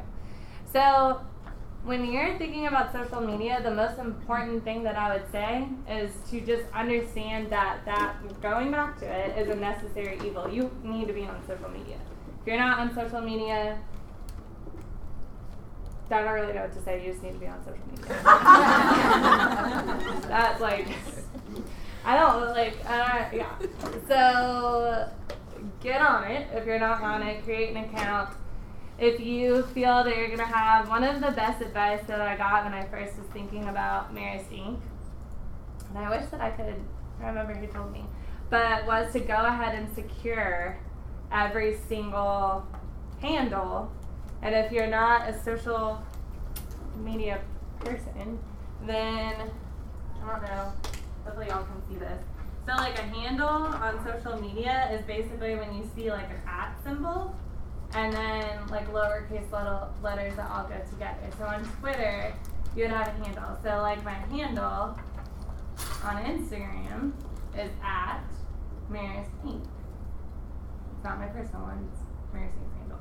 So @Marist Inc. On Facebook, there's a place for you to add a handle. So you would say @Marist Inc. On Twitter, that's your handle. So securing a handle, if someone already has like @Keller Williams Realty, then like no one can ever use @Keller Williams Realty ever again. Your name, I want to say it's kind of the same, it might be the same thing as the name, but the handle is the most important. So if you have an idea, this is just a tip in general for creating any type of brand or social media page. The second you think of it, search and see if the handle's there before you make all of these efforts. Because it's very difficult if you are branding yourself as a certain business name and you can't even remotely get a social media handle that applies to that or a name that applies to that. Then when people are thinking of you and you've built this recognition of your brand and this awareness, and then their first instinct is going to search that by the handle name. And if they can't find you, then yeah. So I don't know. Look at that first when you're thinking about a name. Sorry? Where would you find that on Facebook? Like if you... Oh yeah, I'll show you. Yeah, when I go in I'll show you. So it's on your business page. Yes. Yes, Sean? Are there certain social media outlets we should be more concerned with as opposed to others? Yes. Which ones are there? So I'm gonna walk through that, and I'm gonna we're gonna dive straight into the theory. So this is it. So I'm gonna read this to you just to restate why it's so important to become a media company. Timing is everything for a real estate agent. You need to be in front of people all the time. So if your physical body presence is not in front of people, you get in front of people through social media, because that is where a lot of people are spending their time, and even when they are in front of people, honestly, they're still on social media. So I would just get on it. So it says sticking your face on a billboard or a bus stop is not the best or most cost-effective way to stay in front of people. It's by becoming a media company, creating and sharing content that makes you likable, demonstrates your knowledge, and provides a value to your target audience. Now, there is a very key word in this sentence that I want you guys to focus on. It says likable. That is the first thing that comes up, makes you likable. If people do not like what you're posting, if you're not coming across as likable, then you're going to come across as just annoying or pushing your business or spamming. Like, not only does it need to be knowledgeable, it should reflect your knowledge, and it should provide value to your target audience and be relevant to the area that you're trying to target. And if you walk in through those branding questions, then you know exactly who your target audience is. You've analyzed yourself, you've analyzed your clients, you've analyzed what you think is most important, and now you're going to take that knowledge and then paint a picture around it in a way that comes across that people want to like it.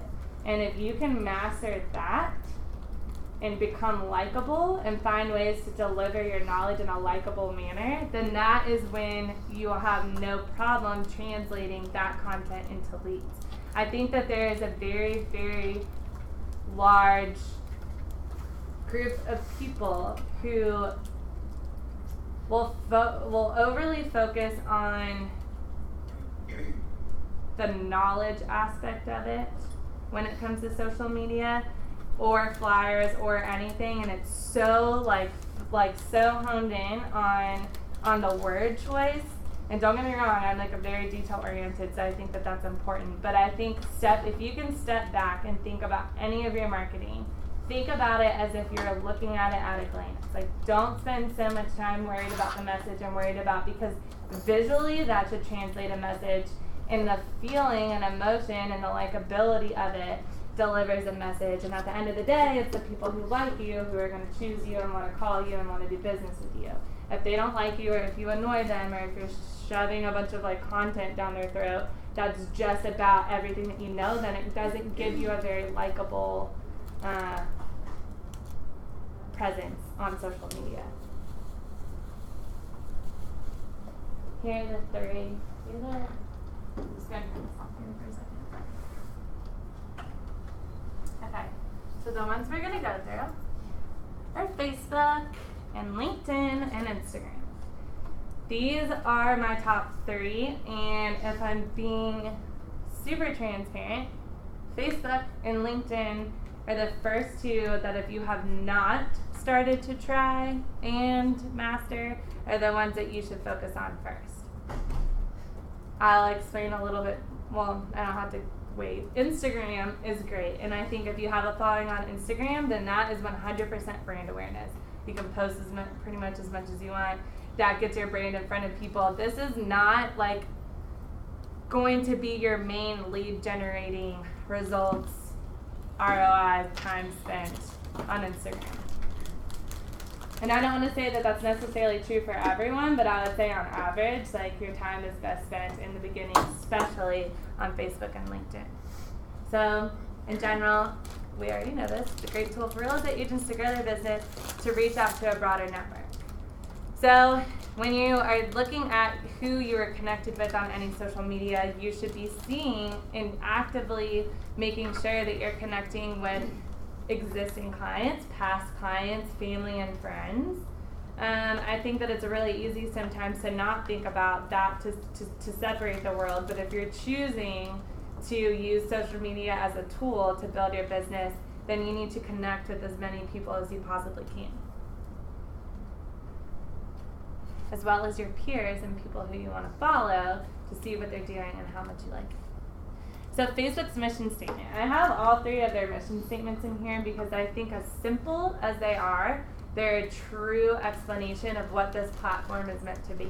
And I think that if you could take something away from this class when thinking about social media is to understand what each platform is for. Please, please, please do not only think of social media in this realm and in this conversation as a way to get business. If you only focus on social media as, am I going to get a lead from this post? Am I going to get a lead from this? Then your energy is going to be drained. You're not going to be satisfied with the results, and you're going to end up backing out a lot sooner before you are able to see a return on all of your efforts posting on social media. Facebook's mission statement says, to give people the power to build community and bring the world closer together. So Facebook's goal with creating a platform for people to connect is to build a community and bring the world closer together. So there's an idea of community on Facebook. I'm sure all of you who are on our business Facebook page, because I'm sure you got my email asking you guys to make sure that you like it and that you're in the group. When we post and talk in the group, that's a sense of community. When you're in the Rawls group page, it's a sense of community. It's a place where you can ask questions. It's a place where you can provide knowledge. People aren't inclined to go on social media, and any of you can correct me if I'm wrong, but you aren't necessarily inclined to first go on social media wanting to see the business side of all of your friends. Is that true? Would you say that's true? When you sit down and you're scrolling through Facebook when you're laying in bed before you go to bed, is your first thought that you want to learn about the greatest and most awesome lender that's ever existed? No. Like, that's not your first thought, right? Like, you go to social media to escape. So if you can master the art of touching on the topic of your industry in a way that is relatable, that people want to receive that, whether it's through being funny. Andrew Dennis, to answer the question I got earlier, is one of my favorite people to follow on social media. Andrew Dennis is an agent in this office, and he posts really funny things a lot of the time, and they're relevant, and they're down to earth, and they're very just like personal and like not overthought. Please don't ever overthink social media. It's not meant to be overthought. It's meant to be a true reflection of you. And when people go to your social media or choose to be friends with you, it's because they want to see into your life. And so if you can find a way to reflect your life, your business is a part of your life. That's natural. So when you have your personal, and I'm talking about personal Facebook, so sorry, I should have prefaced that, but this is when I'm referring to your personal Facebook and when you're thinking about social media. So that, to paint that picture, is to segue into the fact that if you want to properly advertise your business on Facebook, you have got to have a business Facebook page. And it needs to be separate from your personal page. And like people tell me all the time that they get the most comments, likes, whatever, everything happens through their personal page. I will tell you right now, all of my business, if I get referrals or leads from social media, comes from my personal Facebook page. But that doesn't mean that I don't need to have a business Facebook page. And I'm also going to preface, I am strategically not overly advertising on my business page right now, if anyone's going to it, because my goal is not to build a lead generating business through social media at this point. Susanna touched on, built my business currently like solely on referrals, and that's how I'm choosing to do it right now. So I wouldn't use mine as a full example. But I'm gonna walk through some of the agents that you should follow, or just examples of agents. I don't specifically tell you like who they are, but we can talk about that more in depth. But yeah, just to say your personal page, you're building relationships, and your business page is when you are reflecting the specific stuff for your business. And I think that's so important because people give up on social media and lose faith in getting business through social media because they focus on whether or not they have direct leads. And that's not something that you should be gauging in the very beginning. There are so many realtors, and Facebook has an algorithm for this. They know how many people are in what kind of industry when you choose to make a business page. They don't allow business pages to spam people with overly flooded content about their business. They strategically keep it away from people's news feeds. They don't overly promote it. To get likes and comments is not the number one reason for having a business Facebook page. The number one reason for having a business Facebook page, and I will go into the lead generation part, but the number one reason to have a business Facebook page is solely for credibility. You build social media platforms for credibility. You need to be able to say that you are active and you are engaged on social media. You build relationships. Like, the whole point is that you have another place of value and that your audience is probably on social media, and it's another leg of your business. And people who don't end up on your website could end up on your Facebook page. If you don't have a Facebook page and your only way for people to have any kind of idea of who you are is through your little mini Keller Williams profile and then your website, then that is not going to bring credibility.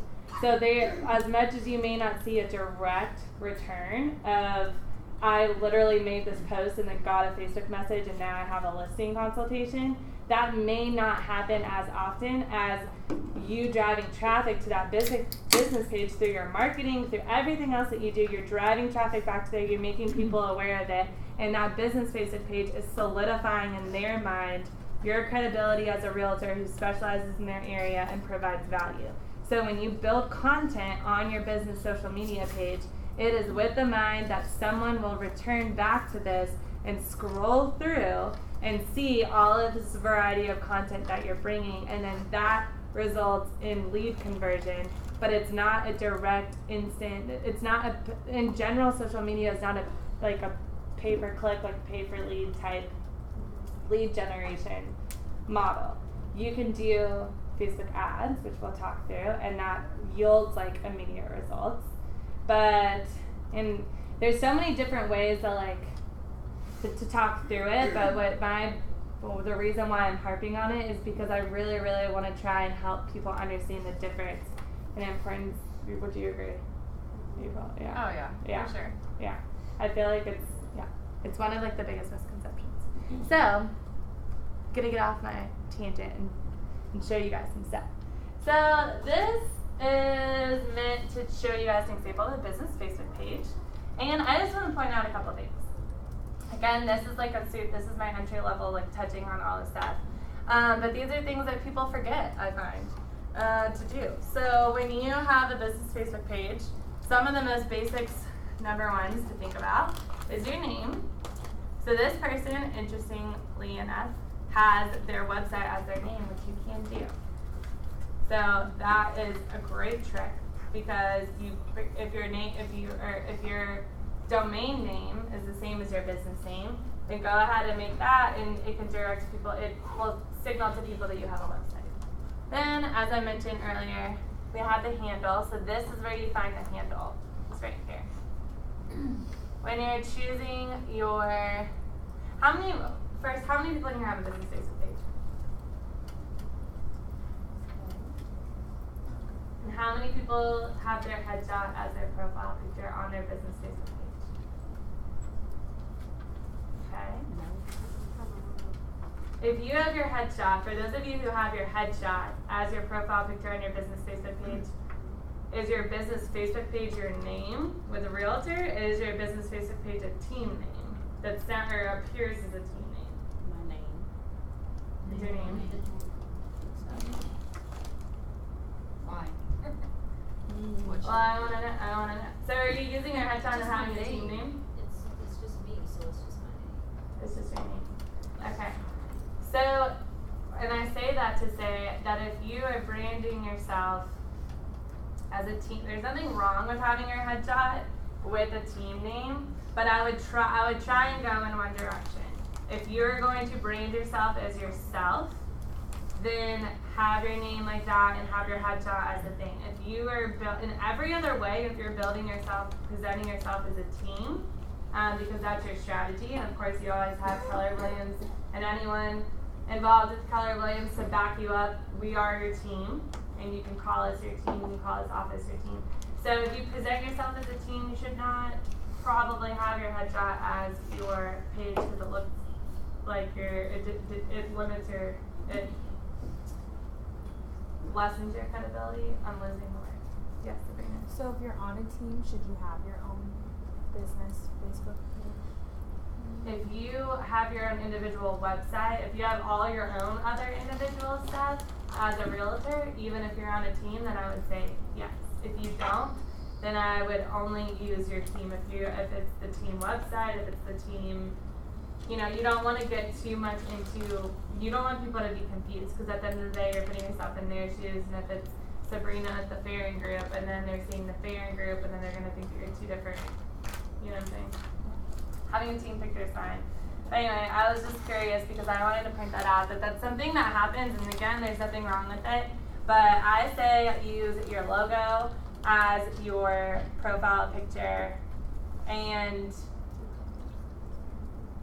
this, your cover photo, to be a stock image that's relevant to your brand. So this is a tip that will help.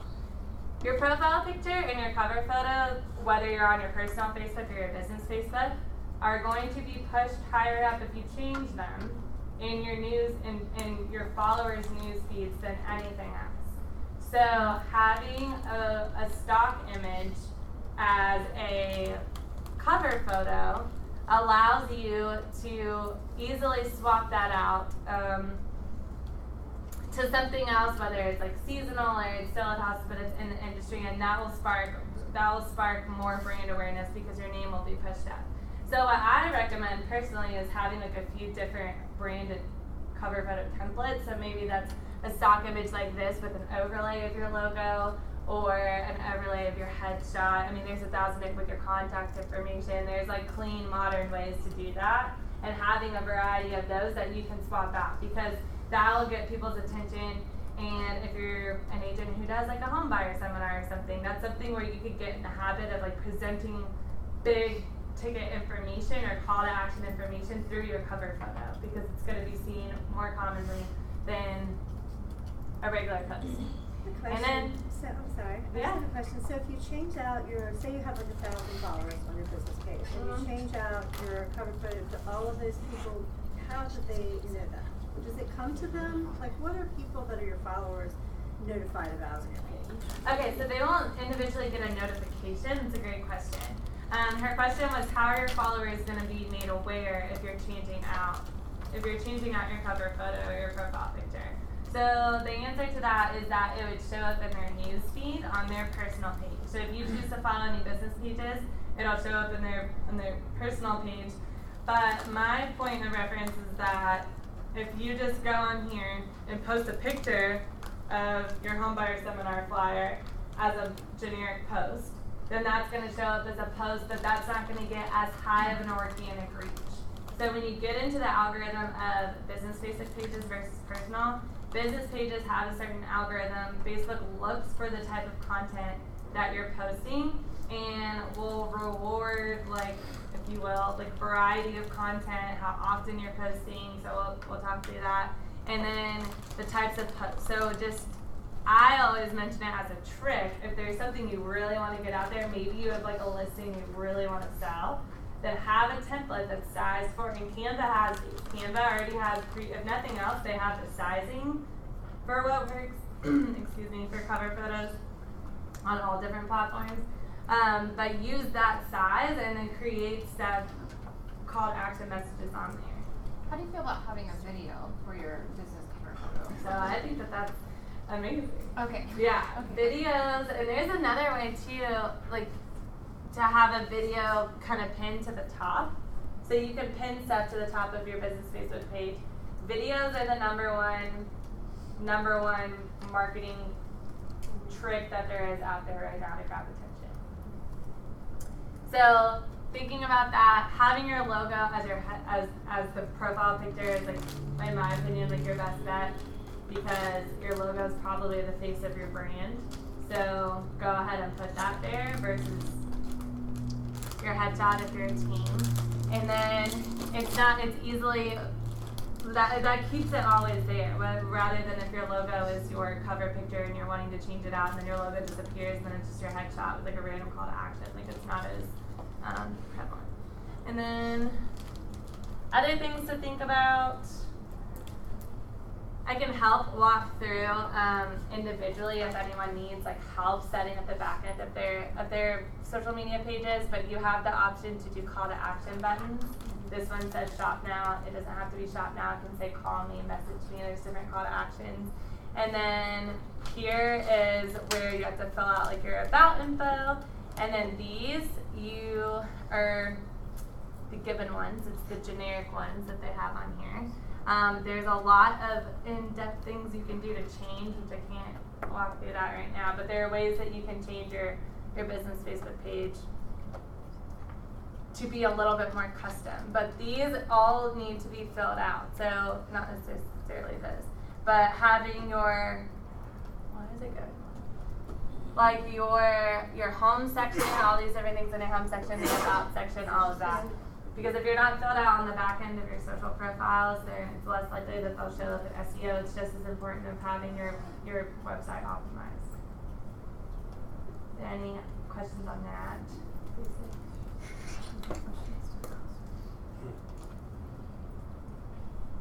So we kind of talked through this, so I don't need to leave it, but I wanted to just give you guys a quick reminder of the different types of content that you'll post on there. So local market updates, neighborhood updates, listings, buyer tips, Q&A. I have as a freebie, another like freebie thing, is a social media schedule. And with this, I basically have an outline. I have an outline because my team will use it to basically show me, build out like the plan that they have for our clients. But I'm now offering it to agents because I figure why not? I'll help you guys. And basically what it is it'll say Monday, and it'll say different types of ideas for content to post that are more likely to get attention on a Monday. And then Tuesday, and then Wednesday, Thursday, Friday, Saturday. So I guess I'm gonna have to come back. So when I say that, that's like, okay, like you don't want to post something super serious. This is a very generic example. You don't want to post something super serious on a Friday, right? Because like no one is in a very serious mindset on a Friday traditionally. So Fridays are like classic days to do something really funny. Coming up with themes for the days is another common tactic that I think is good because you build anticipation from your followers. If you have, I don't even like saying this, but if you do like Throwback Thursday, like that's a concept on social media, right? So if you see hashtag Throwback Thursday, then that is something that has gained a following. So people will throw or post old pictures or old stories or whatever it is that comes from their past and then use that hashtag, and that happens on Thursdays. There are ways to build conceptual ideas around real estate themed for weekdays that you can, it helps you stay in line with the types of content that you're going to post, and then it also allows your followers to kind of have anticipation. Yes. So this is for your business page, not your personal page? Yes. Okay. And to bridge that gap, because I know I kind of went on, like, I jumped around, harping on, like, your personal page versus your business page was just to kind of, I want to help build the understanding that, like, your personal page is really where you build your relationships, and then ultimately those people should be drawn or pointed to your Facebook page or their friends. It should be a platform for their friends or referrals to point back to their Facebook page, and it should not be overly heavily business, because no one really wants to overly see business. And then we'll talk, like, the main, I'll touch on this at the end, but the main thing that I recommend when it comes to incorporating the two is, if you're trying to build your awareness on your business Facebook page, is to share that content from your business page onto your personal page, so that that post is shared, and it'll literally say, Marist shared Marist Inc.'s post, and then it'll say Marist Inc., and then you're writing a caption as if you're a company, and you're posting something as if you're a company, and that automatically gives you more of an appearance of that, I keep saying the word credibility, but that's pretty much what it is. Like, you know, as a company, and that extra level, more than just saying, like, hey, like, here's a listing that I sold. Sorry. Yeah. So you're saying share the post that you post on your business page on to your personal page. page. Okay. Yeah. So how often should you share your business post on your personal page to not become overwhelmed? Yeah, that's a great question. I don't think that you should share every single one. I think if it's something, I think that it's just as strategic when you're thinking about what you're sharing. If you're ever second guessing it, just think, like, do you think that people would care about this? When's the last time that I shared about shared a success story? If you haven't shared a success story in a while, then go ahead and share the success story. If you already had 3 closings this week and you decided that you were going to share every single one of those to your personal page, that's kind of obnoxious. Do something, well, I had 3 closings this week and it's all encompassing, or I have 5 houses on the market, here's what they are. Don't overly flood it, and then find funny, random things to post on your business page. Follow the laughing side of real estate. The lighter side. Lighter side, thank you. Lighter side of real estate makes you laugh, obviously, so that's where I was going. But the lighter side of real estate has amazing, like, funny stuff that you can share onto your business page or share back onto your personal page. I think that I say right here. Yeah. So here's, like, where, so for types of content to post. When you're doing something business specific, this is how I think about it. So the days I can give you guys, anyone who wants that sheet or, like, the types of stuff to post on days of the week, we don't have to keep talking about that, but I can give that to you. But my kind of thought process is, like, you should have a mix of, like, something that's super lighthearted, something that's either lighthearted and sentimental or lighthearted and funny. You should have something mixed in that's very business specific.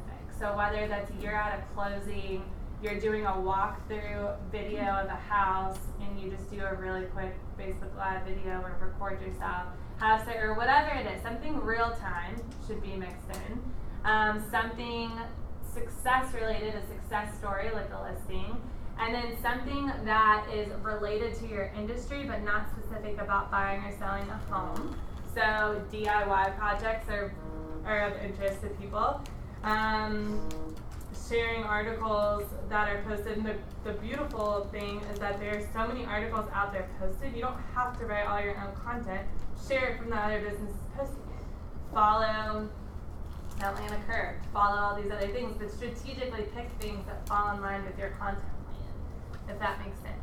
So having something on there that's like the coolest houses decorated for Halloween. Like, people will sit on the internet and click on that because that's something they would look at if it showed up in their newsfeed by anyone. And those are the kind of things that you can post about to get more people engaging with your content. Posting questions, like I talked about, having polls that are relevant. The biggest one, the most successful ones, is like comparison. Would you pick this house or this house? Or do you like this door or this door? People might first think that you're literally asking their opinion for yourself at first glance, and they'll probably tell you. Because most of your friends and most of the people who follow your Facebook pages, like, love contributing to questions like that, especially if they feel like they get to give their opinion. Because we all, some of us, me, like to give our opinion whenever we feel strongly about it. So asking questions that are relatable.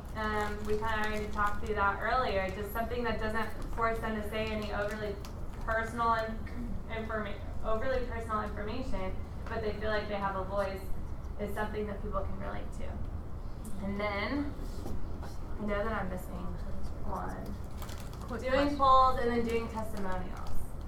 Or highlighting, spotlighting clients, spotlighting vendors, showcasing people so that reshareable content, if you will.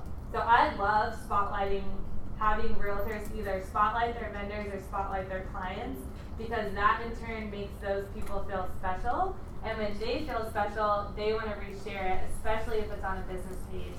I think you should go the extra mile and do like a spotlight blog series or something like that, where you write a little bit more in depth about these vendors. And if you're showing that level of attention and affirmation about it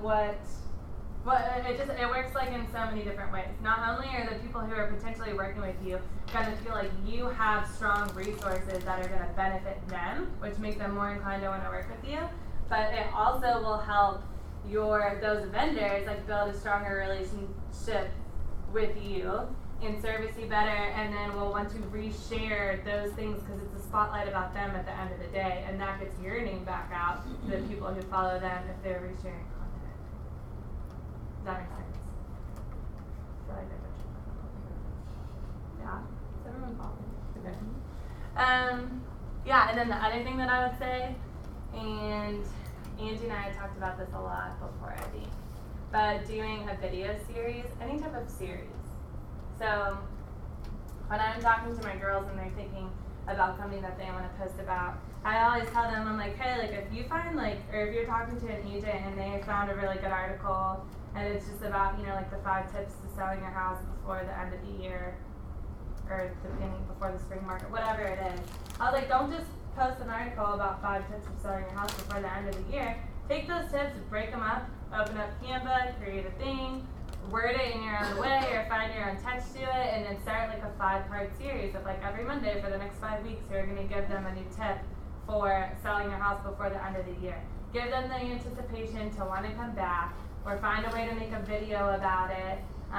Doing 30-second video segments that are series are great, and you don't want to give people so much information where they don't have a reason to come back. So, yeah. Sorry, what is Canva? Okay, so earlier we were talking about Canva as a design. Canva. Oh, sorry. Am I saying it weird? That's Canva. okay. I just didn't hear you correctly. Okay. So this is, I talked through a lot of this, but this is when you're on like a business Facebook page, some of the stuff that allows you to do. And I feel like people overlook this, and I'm not really sure why. So on any given Facebook page, you have write something. Okay, so that's just where you write a post. And then you can share a photo or video. You can advertise your business. You can create an offer. You can start a live video. You can, when it says get phone calls, that's basically creating a call to action type of post. Getting messages, publishing a job post, maybe you're looking to add someone to join to your team. You can publish a job post that internally, I'll tell you from experience, there are a lot of people looking at Facebook job post world for jobs, and you can create and allow them to submit their resume all through your business Facebook page. And then help people find your business. It's another type of call to action, but it specifically targets Facebook algorithm for people who are searching for your business and the stuff that you help with. So these are buttons, and there's more than just that Facebook offers to you to give you kind of a jump start on the types of posts that you want to do. And I think using them is really, really cool and allows you to promote your business with a different type of flair or general look than just saying a call to action in a post. And you can't do this stuff. At the end of the day, you cannot do this stuff on your personal page. So you're limiting yourself on your personal page from having a professional look and feel. Because I can post all day long on my personal page that I have a new postcard out, and that like if y'all want to buy it, then cool, here it is. Here's what it looks like. You can call me, or I can come onto my business Facebook page and I can create an offer, and I can say, you know, limited time or like discounted price or something, and it shows up on people's news feeds with a picture, with a little button that says like learn more. And at the end of the day, it might all bring you back to my website, or it might all bring you back to the place where you can order a postcard. But when people see that, they see that as a promotional item that triggers in their mind at first glance that this is a coupon thing. This is something that like I might want. And it's not just like Marist posting another generic picture on her Facebook page. So that's something to keep in mind, is to switch up how you're posting your content. This is something everyone probably wants to take a picture of, or maybe don't, I don't know, I'll write it down.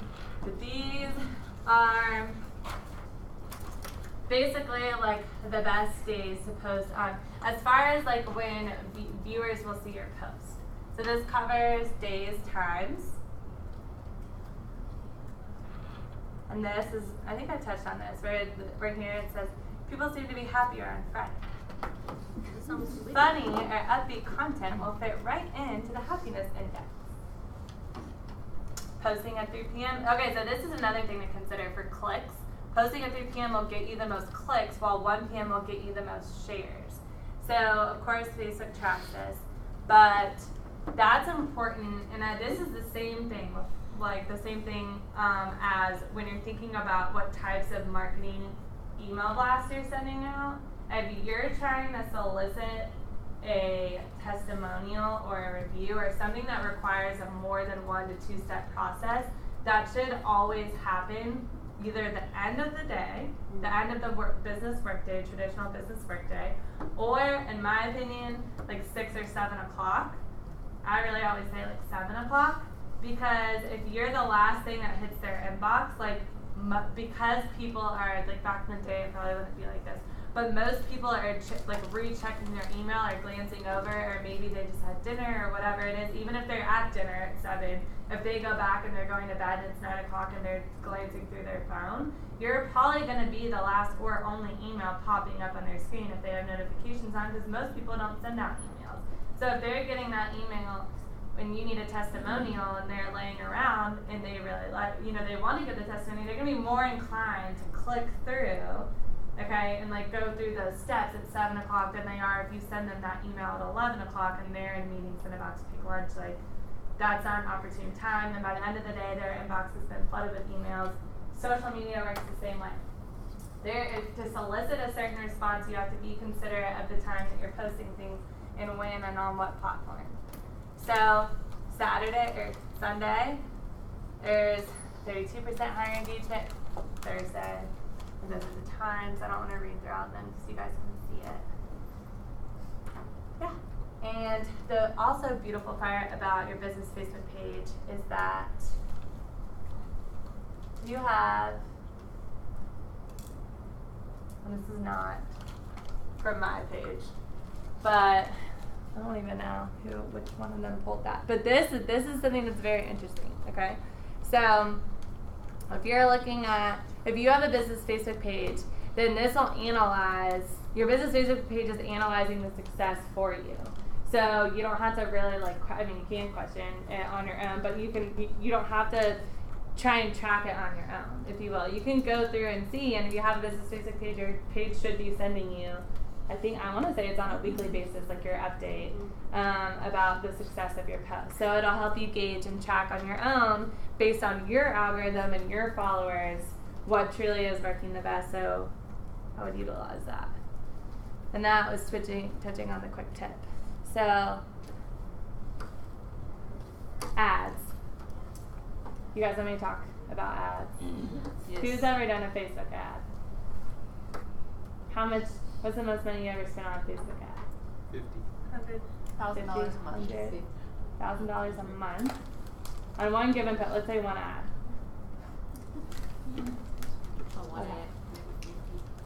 Okay. I've seen agents spend $2,000 on one ad. And do they get a return? Yes. Yeah. What did you get for 1,000? Well, that's Several $1,000 bookings. a month. Yeah, $1,000 a month. So you do it consistently $1,000. Mm-hmm.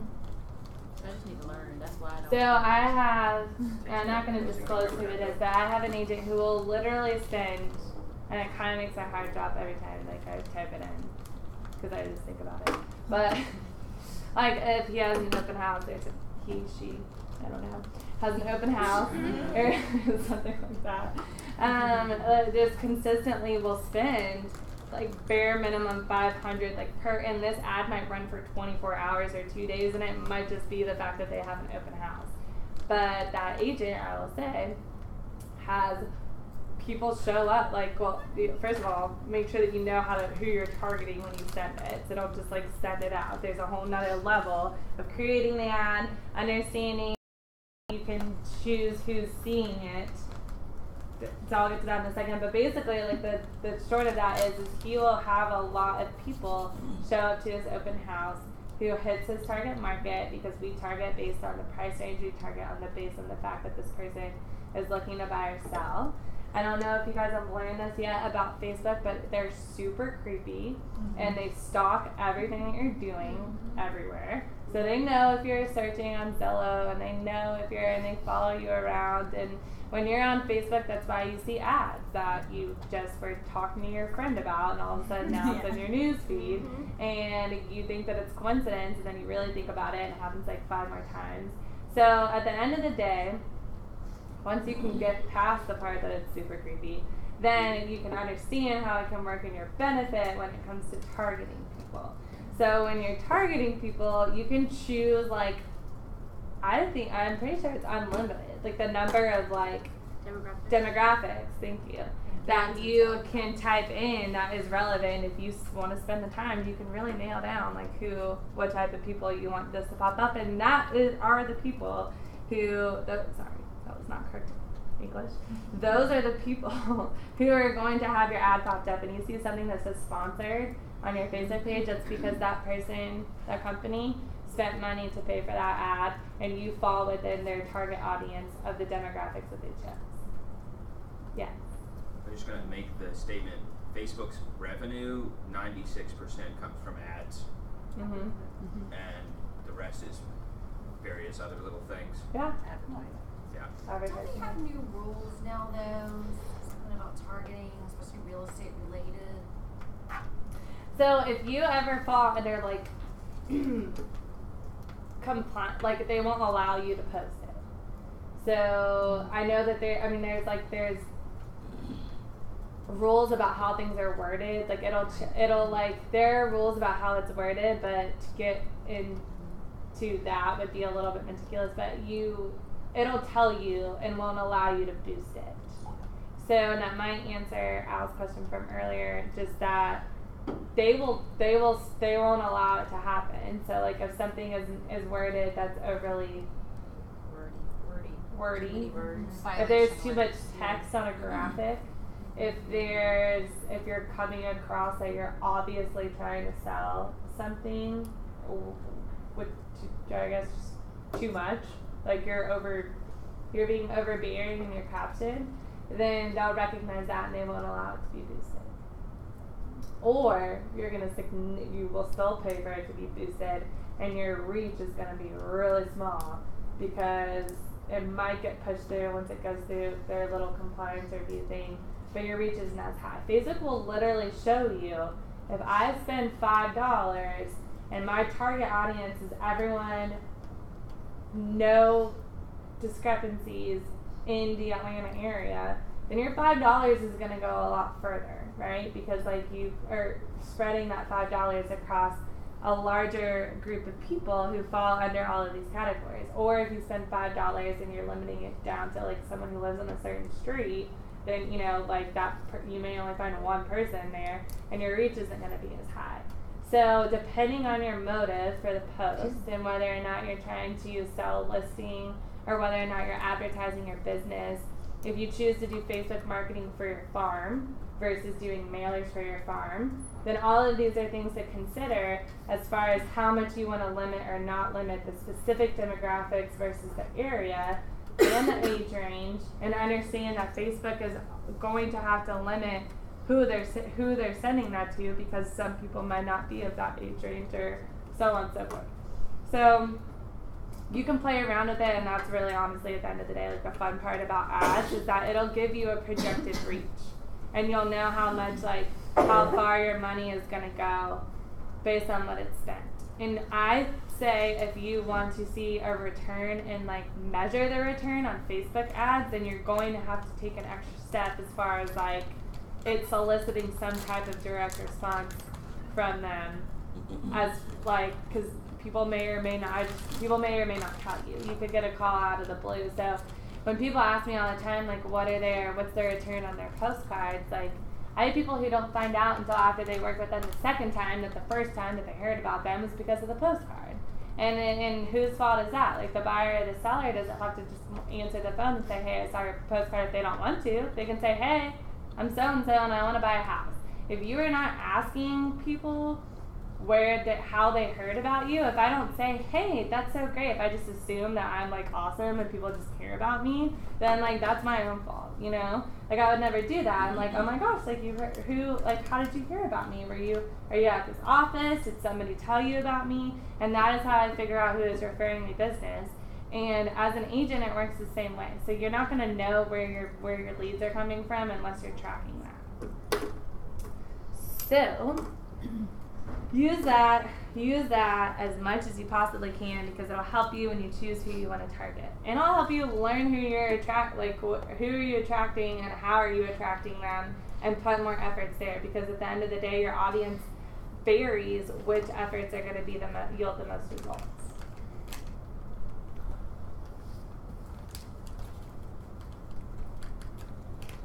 Before I go on to LinkedIn. LinkedIn is not very long, but I just want to see y'all's feelings on Facebook if you have more lingering questions.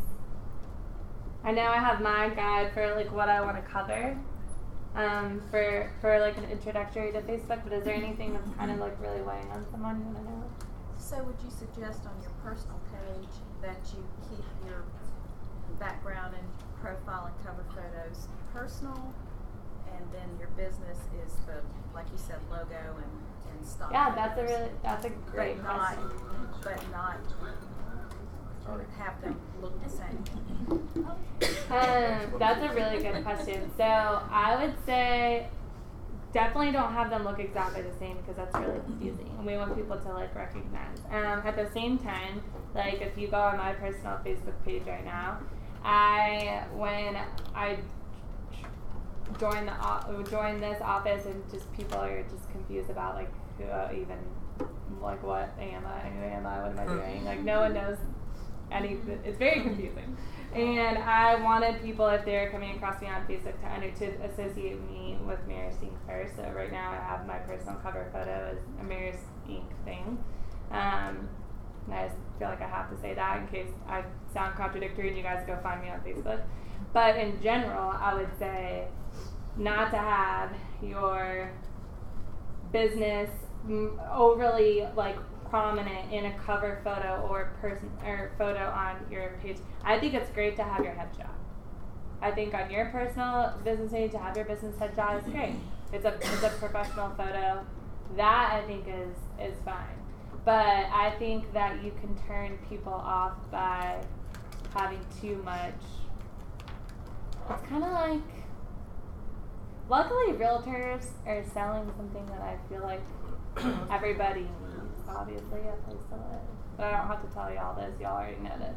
But, so it's not like you're selling insurance or something, and like that would be super annoying. But I still encourage people to think about it as much as you can, about like your success isn't going to be the reason that people are referring business to you.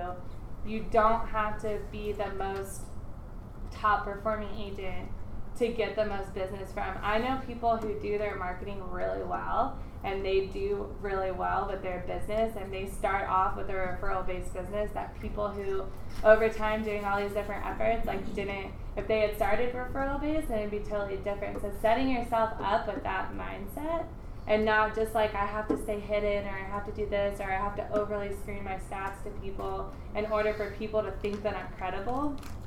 It's not what it's about. It's a relationship business. Get people to like you for you, and then remind them that you're a realtor.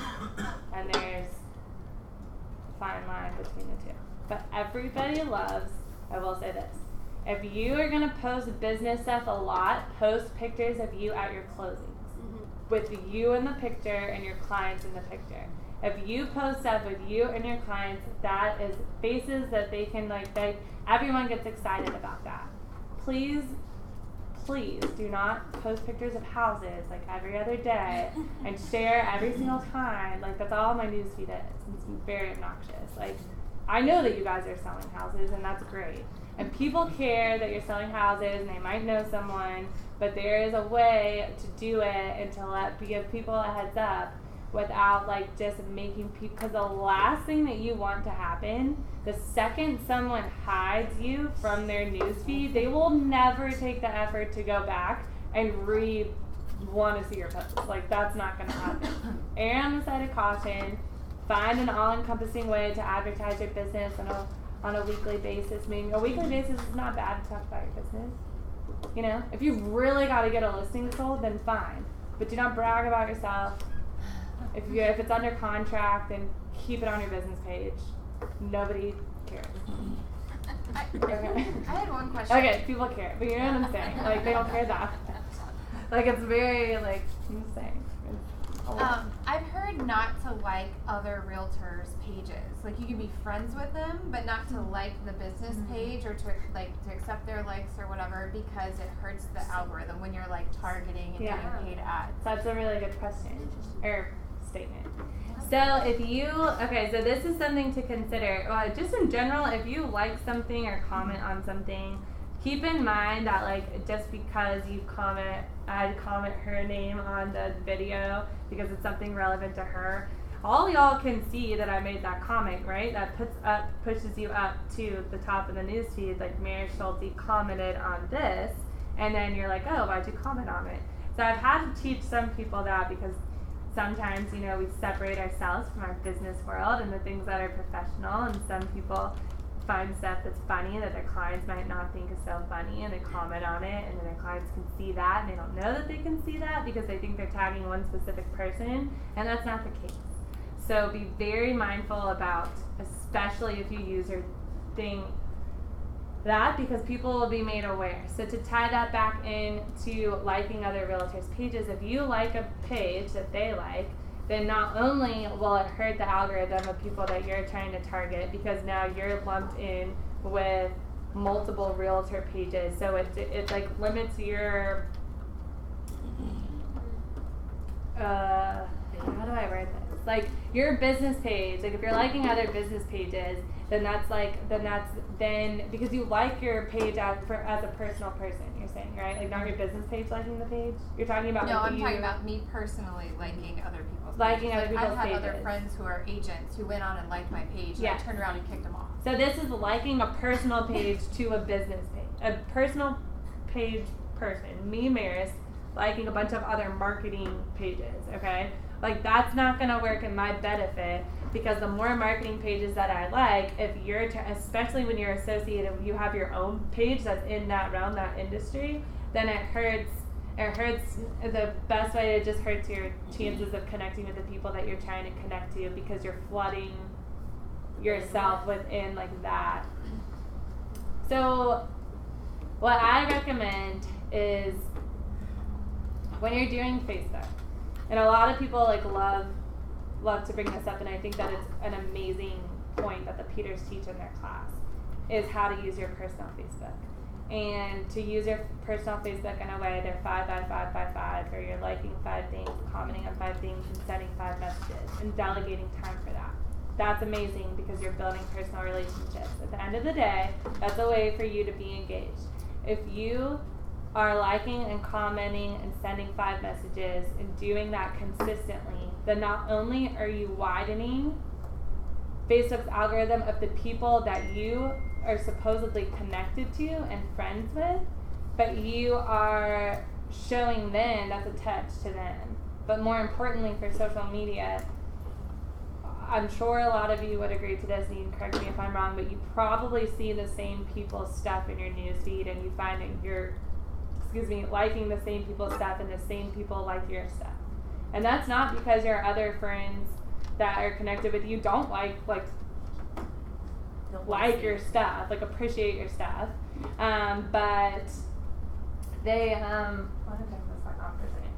they aren't liking it because if you're not liking their stuff, then it's messing up Facebook's algorithm. You hurt yourself by not liking everything. Just like and comment everything on everything. That are your friends. If they think that you could get business for them, stay engaged with them on social media. Send a smiley face if you don't have words for them. Just not other agents and stuff. Not Personal. So liking the page, I would just stay away from getting too. No, you can like or comment on personal pages. Don't like and comment on agents' business pages because that will show it to like other people. What about them liking yours? Oh, Schulte, you mentioned them liking your business page, another agent liking your business. I don't think it works reverse though. I think it's like more of a sometimes concern. they'll do ads that are targeting people who like my page and their friends. So sure, you can like my page, but my ads are going to go to all your friends. Yeah. You know? So. But that's fine. So like if other people like their page, that's cool. If other marketing people want to like my page, then like cool. But I'm not going to overly I'm going to like reach their pages. I'm going to reach your audience too. Thank you very much. Yeah. Yeah, some people some agents are like super weird, like they're like, don't let anyone who's like another realtor like follow me, and I'm like, well, that's difficult because it's public, so like I don't, like there's only so much. There's always so much you can do about who's following you, but I want to be concerned about that. But definitely don't overly like engage with other people's stuff, because at the end of the day, it's all connected, and you could be promoting other people's stuff to your potential clientele. Same thing would work for Instagram if you're following other realtors. I don't think Instagram is caught up. Yeah, Instagram's not quite, and it's not as like technical for lack of a better word. But they're starting to get there. Yeah, they're starting. Because Facebook now owns Instagram. Yeah, so that's changing. If somebody likes on your business page, if somebody comments and they like it, are they more likely then to get your stuff in the future? Like when you yes. So something to consider.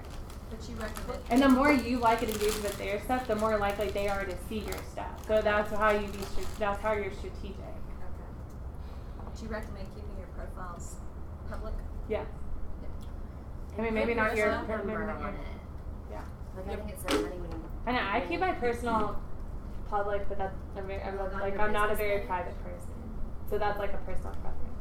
But if you have a private person, No. how does it affect the business? Yeah, you're a real estate agent. Yeah. I'm gonna say in general, like, just don't post anything on anywhere on the web that you don't want other people to see.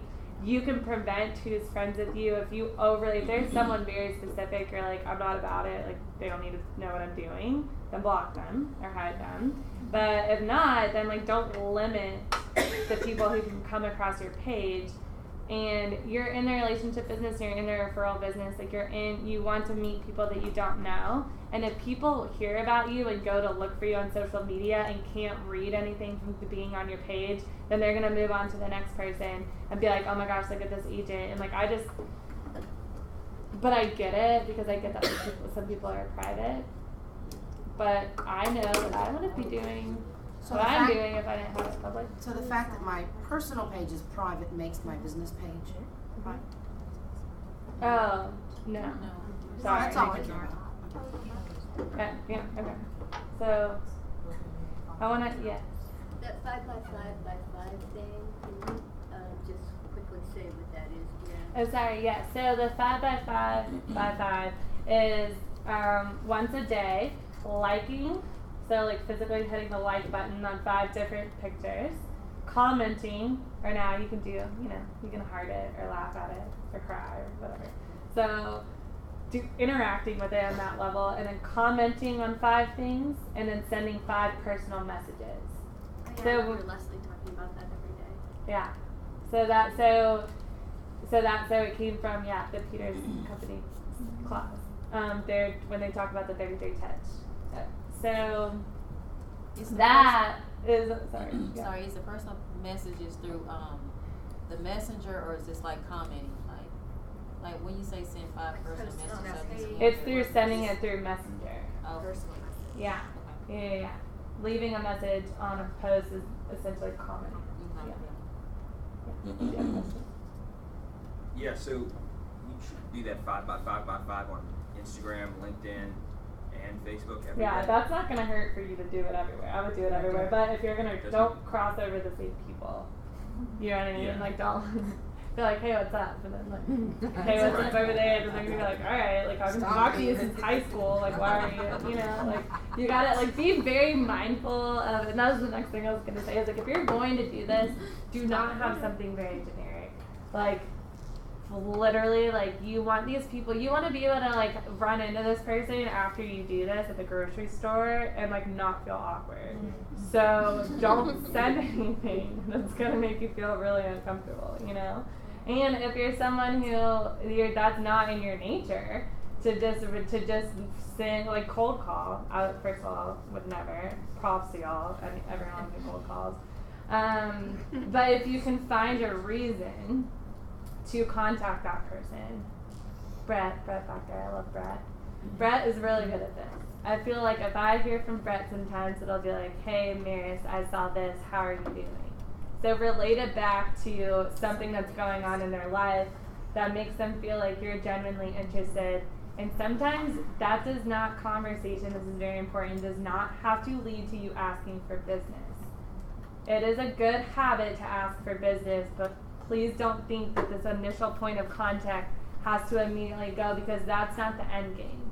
For a big picture, right? Like, read them, build, especially if you haven't talked to this person in like multiple years. Like, don't come off the bat like, hey, how's your friend? I saw your daughter was like won a national championship. That's amazing. Also, when's the last time you bought a house? Like, that's not gonna go over well. So you have to read the people. And then once you kind of have a couple conversations, or maybe you catch up over lunch, and then like bring it up in a couple months so it seems more natural, or whatever it is. And you'll read the people like who you feel like it could come up in conversation when they ask, what are you doing now? I see you're in real estate. Then like piggyback off of that. But don't blindside people, because that person will never want to talk to you again. And the second they see a message from you or your name, they're not going to want to talk to you. It's my advice on that. And if that's all those questions for right now, I don't want to lose time, so I'm going to move on if that's okay. Okay. LinkedIn mission statement. This is going to be really short and sweet and to the point. LinkedIn is the number one thing I think you should focus on. The purpose of LinkedIn is nothing like Facebook. You do not want to bombard people with listing or posts, or sometimes it can be funny, but being heavy post-driven is not what LinkedIn is for. LinkedIn's mission statement is to connect the world's professionals to make them more productive and successful. This is not connecting. This is not like the lovey-dovey like culture feel of Facebook, community feel of Facebook. This is very professional. This is industry specific. This is targeting people who either are potential businesses that you would want to be associated with and work with, or targeting people of a certain, if you determine in that branding question sheet that your target audience is people who make a certain amount of money, or people who are doctors, or people who are attorneys, or whatever you deem to be your target audience, this is a platform where you can target people based on the industry that they work in. So you can find a way to literally connect with people on LinkedIn. Because that's what it's called, right? Like Facebook, you're building friends. On LinkedIn, you're connecting. Like, those words were not loosely chosen. Like, that is like the point of it. You're building friends on Facebook, you're connecting with people on LinkedIn. So treat it as a networking opportunity and target people. And when you target people by industry, if you guys don't know that you can do this, you can search by company. So I have agents who will say, hey Marist, like I want to work with some builders and this is the company that they work for. I want to work with attorneys. I've already worked with a couple of attorneys at this office. Whatever, I don't, like, it can go on and on, or like this hospital or whatever. You can type that in, you can find people who are there, and you can just connect with them. And then they can see that you're connected with their friend who you help buy or sell a house, and then that'll be like, hey, I saw you connected with so-and-so, and that's how LinkedIn conversations go. They say, hey, you're connected with so, it sparks interest. When someone connects with you on LinkedIn, or you your first thought not to be like, who else are they connected with, or try and figure out like why. And you can read, okay, this person's about to like pitch me on something, or this person might be and sometimes you're like, why are they friends with like this person that I worked with in my last company? Like that's so strange. Like I don't even do that anymore. And it could spark conversation. And traditionally, when you connect with someone on LinkedIn, one person or the other sends a message and says, thanks for connecting with me. And then you ask for coffee, you say why you're connecting, you say your purpose for business, and that is a great platform to do that.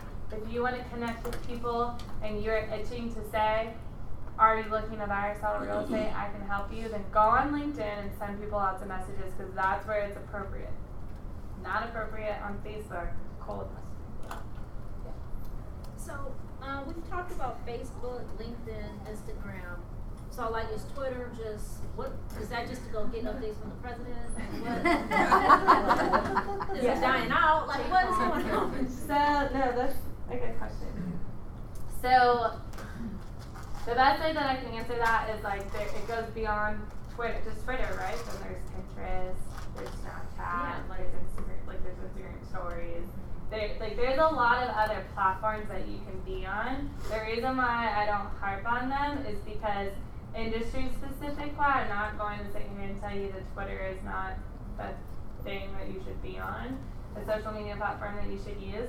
But I think that when we're in this level in this class and I prepare for an introductory level type class, like these are the three that I think you should focus on, and I try and avoid saying all the ones that I just said, so that you don't like go and feel the need like you're missing out on something. Because I think that you can do really well building and getting a hang of it, because to keep this up is a whole challenge in itself. And if you don't keep it up, like then all of your efforts are wasted. And that, if you take anything from this class, is that marketing has to be consistent, and you have to keep going. Because if you don't and you take a major break, then you just spend a ton of money either hiring somebody to do something for you that they've been doing that you didn't deem yielded results for you, like in the first month or whatever your timeline is, 6 months. And then you take a break, and then you go back, and then you hire somebody else, and they're not that great. And then you wish that you had that old person back, and then you go back to them, and if you can feel confident enough in that decision that you make to hire somebody, then make sure on the front end that you understand the length of the process or get a gauge and be prepared for that. If you're choosing to do this on your own and do social media on your own, then you have to really practice time blocking and be diligent about it, because I would just hate for you to care that much for like a week just because you had a class and you thought it was a good idea and then not follow through, because it'll take time. Any relationship building is time. But once it's in the flow and it's going, I mean, and you could there's lots of people I could give you to ask, but once you start with that, once it's in a flow, then it kind of just goes and it becomes part of a habit. Yeah. Question about LinkedIn. Yeah. Okay, so I've got maybe a couple thousand people on there. Let's say 1,000 of them are other real estate agents. Mm-hmm. And that's usually who is like trying to connect with me. And Yeah. I just don't really see the benefit of that and mortgage lenders and maybe like home inspectors. Mm-hmm. You know, a lot of people wanting something from me. Mm-hmm. And it just seems like it's going to take a lot of time that I don't really want to spend on that. So I'm not really sure how to use it as a real estate agent to my advantage. Yeah, that's a great. So I don't really think you can avoid, but especially because it's kind of like on Facebook where you're invited to like people that they think that you may know. A lot of people when you're on LinkedIn, it'll just bring up all people that are industry specific, and people will just go through and like connect with you. Definitely, like you're gonna have like vendor type businesses connect with you. But I think when you're on there, aside from that happening, to focus on the people who you've worked with, like connect with your clients, like connect with because it's a professional way. So like Facebook, like at the end of the day, like you're friends with these people and whatever, that's a friend platform. If you're connecting with your clients and then your clients are seeing and could come across your stuff through their friends could come across it, their professional friends could come across it because you're connected with them, then like you build it more in like a professional way. Right. You can endorse people, so getting yourself in front of people is doing endorsements. So when I say endorsements, LinkedIn you can add skills to your personal LinkedIn profile. Now that I say that, I'm talking about personal LinkedIn profiles right now. I'm not talking about a business LinkedIn, because those are different. We're just gonna talk about personal, but yeah, you can endorse people. There are little tricks, and I have. Should you unlink all those people that are just like there that you really probably like other real estate agents and other companies that you don't know? I mean, should you take them off your LinkedIn? No. Okay. And also, well, I don't know how many LinkedIn connections you have, but once you get over 500, then it's like 500 plus, and that's good. And if you like 1,000, I think, on there, but some of them are like, most of them are like real estate. So in the beginning, like I just wouldn't limit. But my personal opinion is like I can monitor when people are messaging me and like about what it is. Yeah. And there are some cases where I would say no, I don't want to connect with that person if there's no relevance. Yeah. But if there's somewhat of a relevance or it could potentially be a resource, like then I don't want to overly prevent it. Just because it's just I usually just click them all, LinkedIn. unless it's like. So like for example, like if you have a closing with a manager at a company and you did an awesome job for them, you know that they're going to advocate for you. So go to that company and connect with other people that they're connected with. Yeah. And then someone in their company might say like, oh hey Bob, like why did this realtor connect with me? Oh, she did? Cool. She's great. And boom, you've like endorsed yourself. Yeah. Mm-hmm. So that's the point. So I'm a member of Buckhead Business Association, which is a networking professional organization, and tomorrow they have a LinkedIn specialist. His name is Greg Burkhalter. I've met him. He does great work on LinkedIn. That's one of my favorite platforms to use.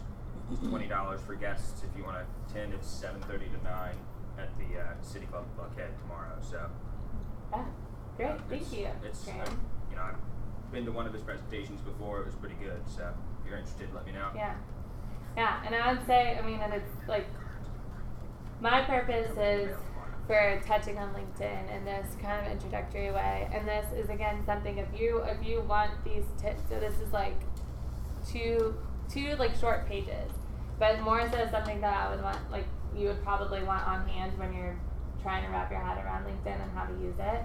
You can take pictures of it. I'll turn the lights off if y'all want to take a picture of it. But I don't want to spend too much time on it. I just wanted to clarify the difference between LinkedIn and Facebook. So you have to create a This is the business second page. A business page on LinkedIn? You can, but you don't need to. I don't think. Okay. Like the shifts have like a business LinkedIn page, but I don't think it's necessary. Definitely not when we're talking right now, because right now at this stage, most of who I'm talking to is not well established. And when you get well established and consistent, then we can dive into how you can take that to the next level. If y'all want to take a picture of this, because we gotta I want to be respectful of y'all's time we're getting this. Of Would you say daily posts on LinkedIn are good? So, when you're thinking about what to post on LinkedIn, it should be industry. Sorry, who asked that? Sabrina, you asked? I kind of answered it by looking at yeah. In general, when it comes to Facebook, I think if you're going to post on Facebook, on your business page, then you don't want to exceed 7. So I don't even recommend 7. I would say between 4 and 7. But I always lean towards 4. And then switching up that variety. Because you will be flagged as spam if you post too much. But again, depending on what you're posting, you can get away with posting more like post than it is posting like ads. So like it gets into kind of a variety, but I would say at minimum 4 times a week on your business page to stay up in Facebook's algorithm. And then if you want to talk deeper about what kinds of posts don't mess it up and create spam issues, then we can talk about that. But I would say don't exceed 7 while you're 1 post a day, 7 days a week. Yeah. And then LinkedIn, it's just like you're not going to post on LinkedIn anyway unless it's like very industry specific and relevant. I think it's great to comment on people's stuff on LinkedIn, especially when you're following other industries or can give advice. Again, like as many times as you can like, post, comment, get your name or your brand's name in front of people and on different posts where other people are seeing it, that's all brand awareness. So take the time to not just browse, but interact and engage and have your name showing up more often so that people will start to wonder who you are. If somebody likes everything that I post all the time, then their name is for some reason like in my head sometimes. And like I may not know exactly who they are, but I know that that person likes all my stuff, you know?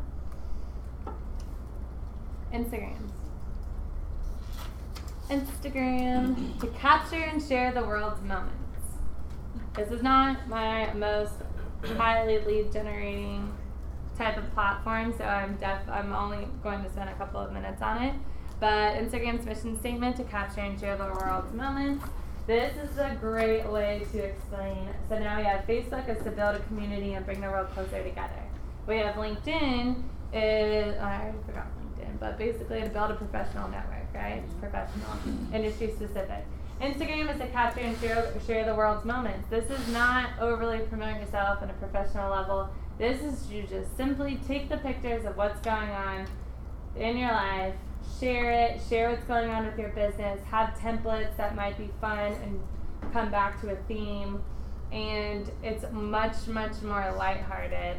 Tips like doing posts that are just like big graphics, creating graphics in Canva that are just like a tip. This is like Instagram, you'll fly through Instagram faster than people look through anything else. This is an example of a realtor's page who I really liked because you see like he has a screenshot even right here of like an article that's relevant. He has, if you see this little square up here on the right, that means that there's multiple pictures. So that's kind of a slideshow. Here's a picture of him with what seems to be a client. Here's a video where you might be talking with someone. Here's something, looks like he's out at a networking event or some type of business meeting. Showing that you're building your knowledge base and that you are active in your industry and in your job is a great way to show through your business Instagram. You don't have to have a business Instagram, honestly, because you're a realtor and you're connecting with personal people, obviously personal people, like your friends, people who you already know, or you could build a following through there. I wouldn't overly harp on having a business one. I think that you can advertise your business through your personal one. I think it's a lot harder for realtors to get, because Instagram is so, the platforms are not any different. So like to get people to follow you on a business page and a personal page when the only difference is the name, it's like not very likely. And then people get confused and they don't know which one like you are. So if you don't have Instagram at all as a personal account, then great, get a business account. If you already have a large following on your personal one, then mix in your business with that and bring brand awareness. But don't, if that makes sense, because what business Facebook pages, like you have, they're used totally differently, so it makes more sense. You can on Instagram post ads through a business one and all of that, but again, this is beginner level. More examples, and then hashtags. Does anyone need me to explain a hashtag? I'd like you to explain a little bit about hashtags. A little bit? Okay. So hashtags are basically a way. Hashtags are developed so that you can end up in a portal of relevant posts for what that hashtag is.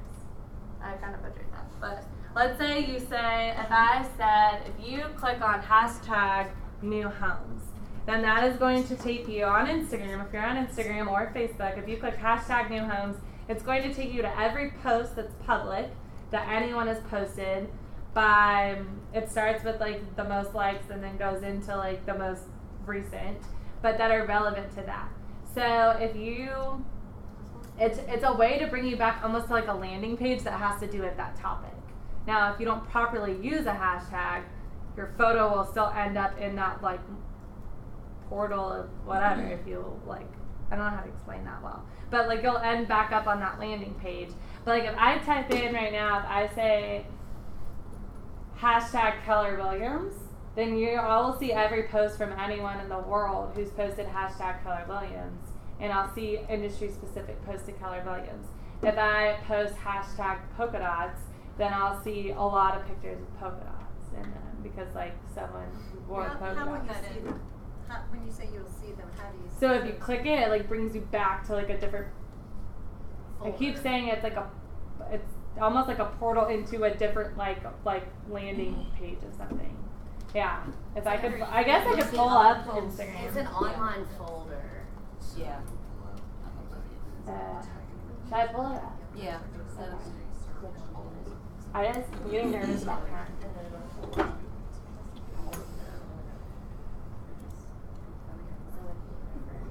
Okay, I'm gonna show you.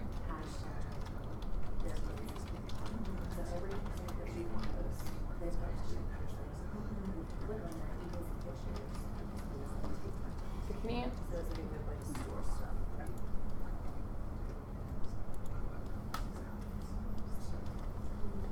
What? Let me do this. I mean, regardless, I could go on.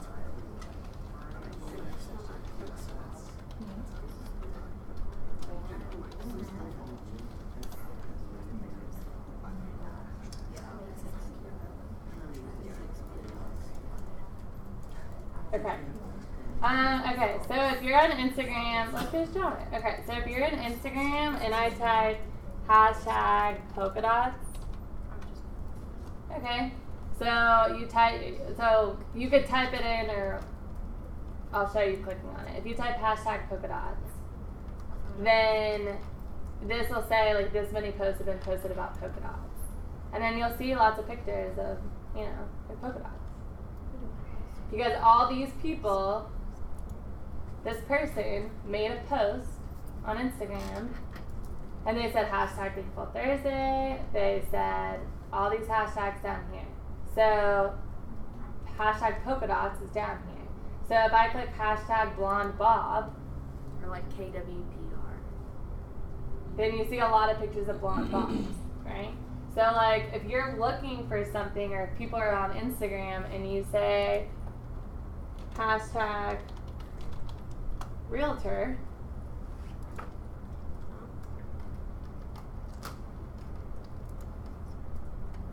keeping slow, then you're gonna see anyone who used the hashtag realtor. Okay, so then like this would be a great way for you to cross-reference content that might be relevant to you, that you would want to mimic or post or like surround your brand with.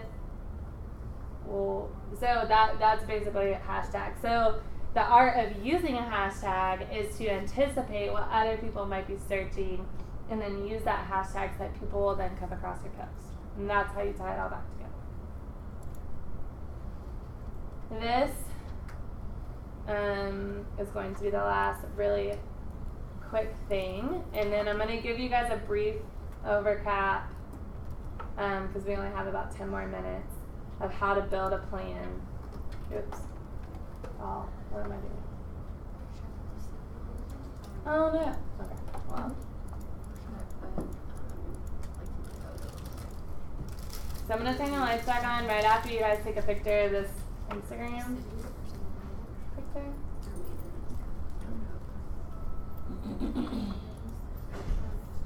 So Instagram's totally different. You can, my late night people will know this to be true. There are times where you can post a picture like on the weekend, like when like out at like 1 or 2 in the morning on like whatever given time, and like you could get a ton of likes on that. Because Instagram is just the people who are just browsing through Instagram, and it's totally different than when you choose to sift through LinkedIn and Facebook. LinkedIn is, I'm hopefully it showed you. I'm sure it showed you. LinkedIn is for like pretty much business hours for the most part. Facebook is kind of on and off like throughout the day where people look at it. Instagram is too, but there are a lot more late night people are on Instagram. Does everyone have this slide? Okay, where it says best times, is Yeah. this like on a daily basis? These are always the best times? Or So this is not necessarily corresponding with like the best days. Okay. So it's not like 2 a.m. on a Monday is probably not the best time. So thanks for asking that, because I don't want it to be confusing. But it's just that these are separate stats. So in general, there can be a lot of engagement at 2 a.m. or between 8 and 9 a.m. because that's when I guess you're not working and you're like just in your bed looking at Instagram. And then 5 p.m. But these are general. I mean, it can vary. I would say like and it also really highly depends on what like your age range is, you know, and who the people are that you're considering when you're looking at this. But this is on average for all, not specifically by demographics. Okay, I'd stick on that. This is something that I would encourage you guys. Okay, turn the lights back off. Take a picture of. This is my social media checklist to you. Can I ask a quick question? Yeah. Do you recommend using Hootsuite or Buffer, like a third party, or does it just hurt your organic? Thank you so much traffic? for saying that. So this comes back to your question from the beginning of the. Yeah, I use one so far, but I don't know about Facebook and stuff. But Yeah, so I'm going to say that it does hurt. Okay, it will hurt your organic reach to use a third party site like Hootsuite. And if you're not familiar with Hootsuite, Hootsuite is a third party company where basically you can log in and you can schedule out your social media posts for multiple platforms at one time. And you can structure them differently, but at the end of the day, it's just a way for you to make sure that you are posting, but which is, I don't want to talk out of both sides of my mouth, but like if you're not going to post, then start with that. To get content on there, to get you like content with like getting content on there, if that's the only way that you're going to do it, okay, but if you want to truly build a strong organic reach, and there's a difference, organic reach means that you posted something and that organically was viewed and seen and reached the news feeds of people without it being boosted, without like anything else. Like organic reach is extremely crucial to the algorithm of the success of your page. So that is something to monitor. If you use a company like Hootsuite, then you're scheduling and it'll post, but your organic reach, if you share from Instagram to your Facebook page, your reach is not as high, not as many people see it. It's gotten better with Instagram since Facebook bought Instagram, but the best way that I know how to explain this is that Facebook and different social media platforms reward you for physically logging in to their platform, being engaged on it, because if you're on there and you're literally typing and putting the post in, then they know that that's happening versus like that you didn't. But that doesn't make sense for most people or most companies to be able to do that. So you just don't get. Well, if you have a marketing person on your team, then you would do it. But yeah, But if it's you don't, not, yeah. it's But too and much this time. is at some point, like when you have the following, you have the following. You know what I mean? Like it's not like Target has to worry about that. But like if you don't have a following yet, then I'm not saying that it's not that it's like that no one's gonna see it. That's not what I'm saying. Right. What I'm saying is that It's not as good. It's not as good. Your organic reach is not as high, and that's pretty much yes. If you do the scheduling, like I know I can schedule for my Facebook. That's different. That doesn't get counted as like Yeah, third party. because you're still using Facebook to schedule out posts.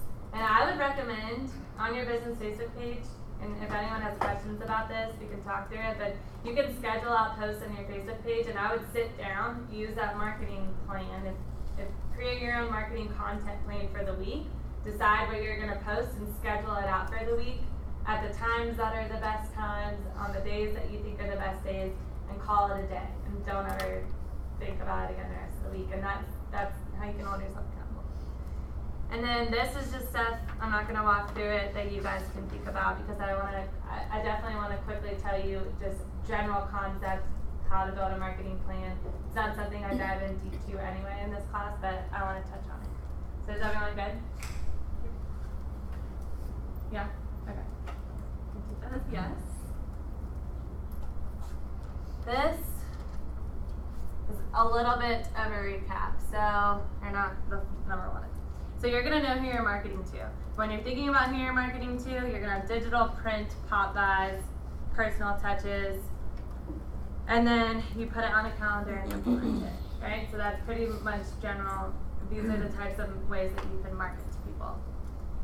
These are the 3 categories that I suggest that you think about when you're creating a marketing plan. So it's not overly challenging. You have your sphere, you have your farm, you have your VIP. Those are the 3 groups that that you can focus on. For digital, print, pop buys, personal, I give examples right here of different types that fall under these categories. Because when I teach the strategy of building your marketing plan, I talk about it as a general group. Like, you should have this many of personal touches, you should have this many of print touches, this many of email touches, okay? So if you follow that, then you can see, to give variety, there are different ways to have the same effect of like that touch, if you will. And these are where they fall. So digital is newsletters, email blasts, social media. Print, postcards, mailed cards. Mailed cards are stuffed in envelopes, not postcards with the address printed on the back. It's a different touch, but it's print. Pop buys, delivered gifts, mailed gifts. Personal touches are calls, handwritten notes, stuffed in mailed cards. So those are just different types of touches. So sphere. These, I have a slide that defines a sphere, a slide that defines a VIP, and a slide that defines your farm. And I think that it's a great thing to take a picture of if you're interested, because at the end of the day, like, these are different categories. So think about who's in your sphere. When I started, I don't even dive this deep into it, but basically, your sphere is everyone that you know, and anyone who basically you've met, you have enough permission to email them or contact them in some form or another. You know, like, maybe I have met you guys, but if you don't give me your email address, then I wouldn't consider you in my sphere, unless you give me your email address or something like that. You know what I'm saying? So it's got to be a little bit beyond the step. It's not total cold leads, but it's people who you successfully have managed to get into your list of contacts. For your sphere, you think about digital, print, personal touches, pretty much everything.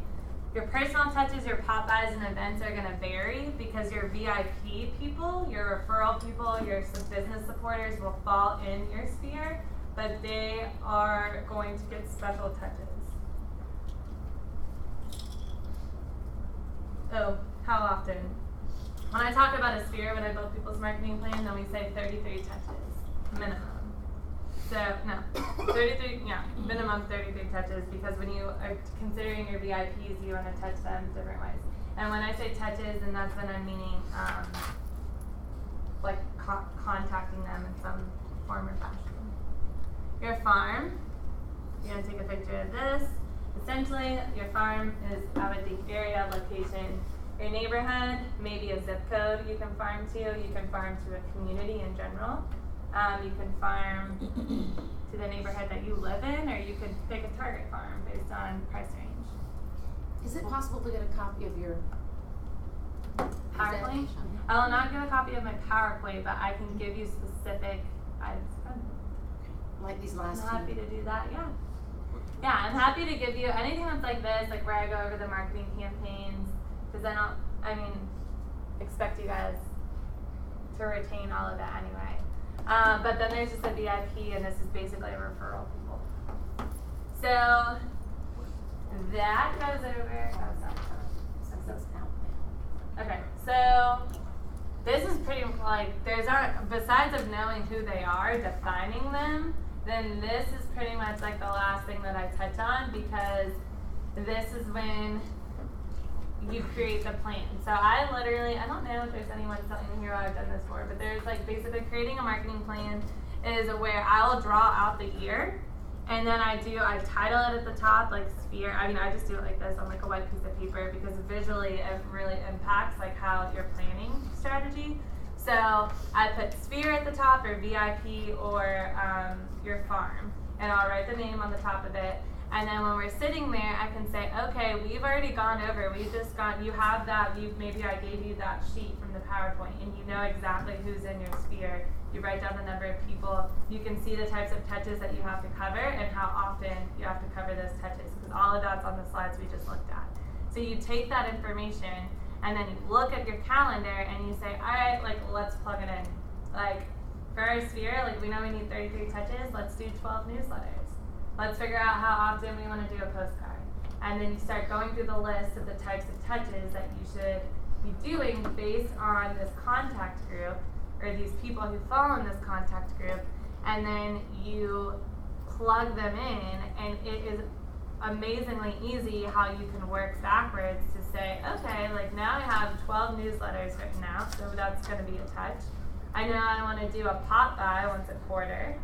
So if I'm going to do a pop by, let's plug that in. But while we're plugging it in, let's think about like what pop by would I want to do? Like what would I want to theme it around? And then you can see like, oh, like if I'm going to do it once a quarter, let's do one like the Lucky to Have You lottery ticket mailer in March. And then if I do that in March, then maybe I'll jump down and like go down to the next one. And in June, like maybe I could do a pop by theme for 4th of July before 4th of July happens. So you plug that in. Then and then you jump down and you're like, okay, like now that I'm like almost towards the end of the year in September, October, maybe I'll do the pumpkin thing that everyone does, and I'll give a pumpkin and a pumpkin carving kit, and I'll drop it off, and I'll tell them that I always have time to carve, or I can always carve out time for you and your friends, or those sorts of things. So there's endless pop by ideas, but when you're looking at a calendar this way and you're starting to plug in the basics that you know, then you can work backwards. And that is my favorite thing in the world to do, if you know me, is to take like a concept and then work backwards. And then you plug it in. And then you can look at, okay, like now I have newsletters, now I have pop buys, like I know that for my sphere I want to do 2 handwritten notes. So if they're getting these pop buys on these days, then what makes sense for me, okay, maybe I'll do like a New Year's handwritten note. Or maybe I'll just do a birthday one, and it'll just vary based on the people. Maybe I'll do a mid-year one or a summer one before selling season and send a note about, a personal note to them. Or maybe I'll send them, just randomly send them like, hey, I don't know if you know this is what your house is worth, blah, blah, blah. Or it's been this many years since you moved, if you worked with them before, and it's time that they might want to buy or sell again. Being strategic about your handwritten notes, you can plug that in. And then you can plug in a client party, and if you want to do a client party in November, you can work backwards and say, okay, the event's happening this day, so then maybe September, maybe I'll do a mix of like a mailed invite, because that kind of falls under a type of like a mail card touch, and that'll be the touch that I fill in there. And then I'll do an email invite reminder in October, or maybe I could just add that to the newsletter so I can plug something else in. Are you guys following like how you can and then theme it around what makes sense, and you're not sitting there every month being like, what am I going to do and what is this going to happen? And then you can look at your marketing, which I try, or now like my new plan this year is to try and focus it on a quarterly basis and say, okay, like what do I have coming up this quarter that I already planned for? How do I budget for that? And then what days am I going to send it out? And you plan all of that on the front end. It makes sense to send this out on this day so that it hits before this day. It makes sense to do this because of that. So when you're plugging that in, and if you're the type of person who's able to sit down and like literally content plan, then that's going to yield the best results rather than like coming up, at the end of the day, if you have it all planned out. But those 3 sheets basically are what can help you define what things should go in on what months. And then you can plug in your calls, and then you can plug in calls based on pop buys or calls based on events. And you can feel really confident that when you have to make calls that month, that you can feel good about it because you already have a client appreciation party and that's why you're calling them. So this may not be the best tool, but it's my tool that I feel like helps me stay on track and help agents stay on track with consistently doing their marketing and implementing it. And I think at the end of the day, the hardest thing is implementing it, and different factors can affect it. So a lot of times if you know well in advance like what you might have to budget for, then you're more likely to follow through, and the more consistent you are, the higher return on your investment will be. That, I think, is that. I was going to ask you to go back one slide beyond, before the calendar. Yeah. On the, is that This? Is that? one minute, okay, I was thinking there's a list of other. Yeah, this is different. Yeah. I get that calendar that you were like giving suggestions on like what days. I can send it to you. That would be awesome. Yeah. Did everybody I didn't even have a sign-in sheet. Oh, dang it. If anyone's still here and specifically wants something, if you'll write your email down on the sign-in sheet. Can I just send it to you on Facebook? Yeah. Well, thank you guys so much, and thank you for staying a little longer.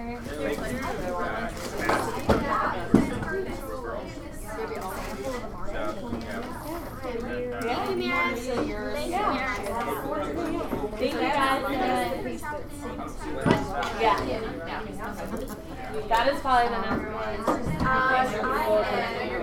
With Atlanta. She was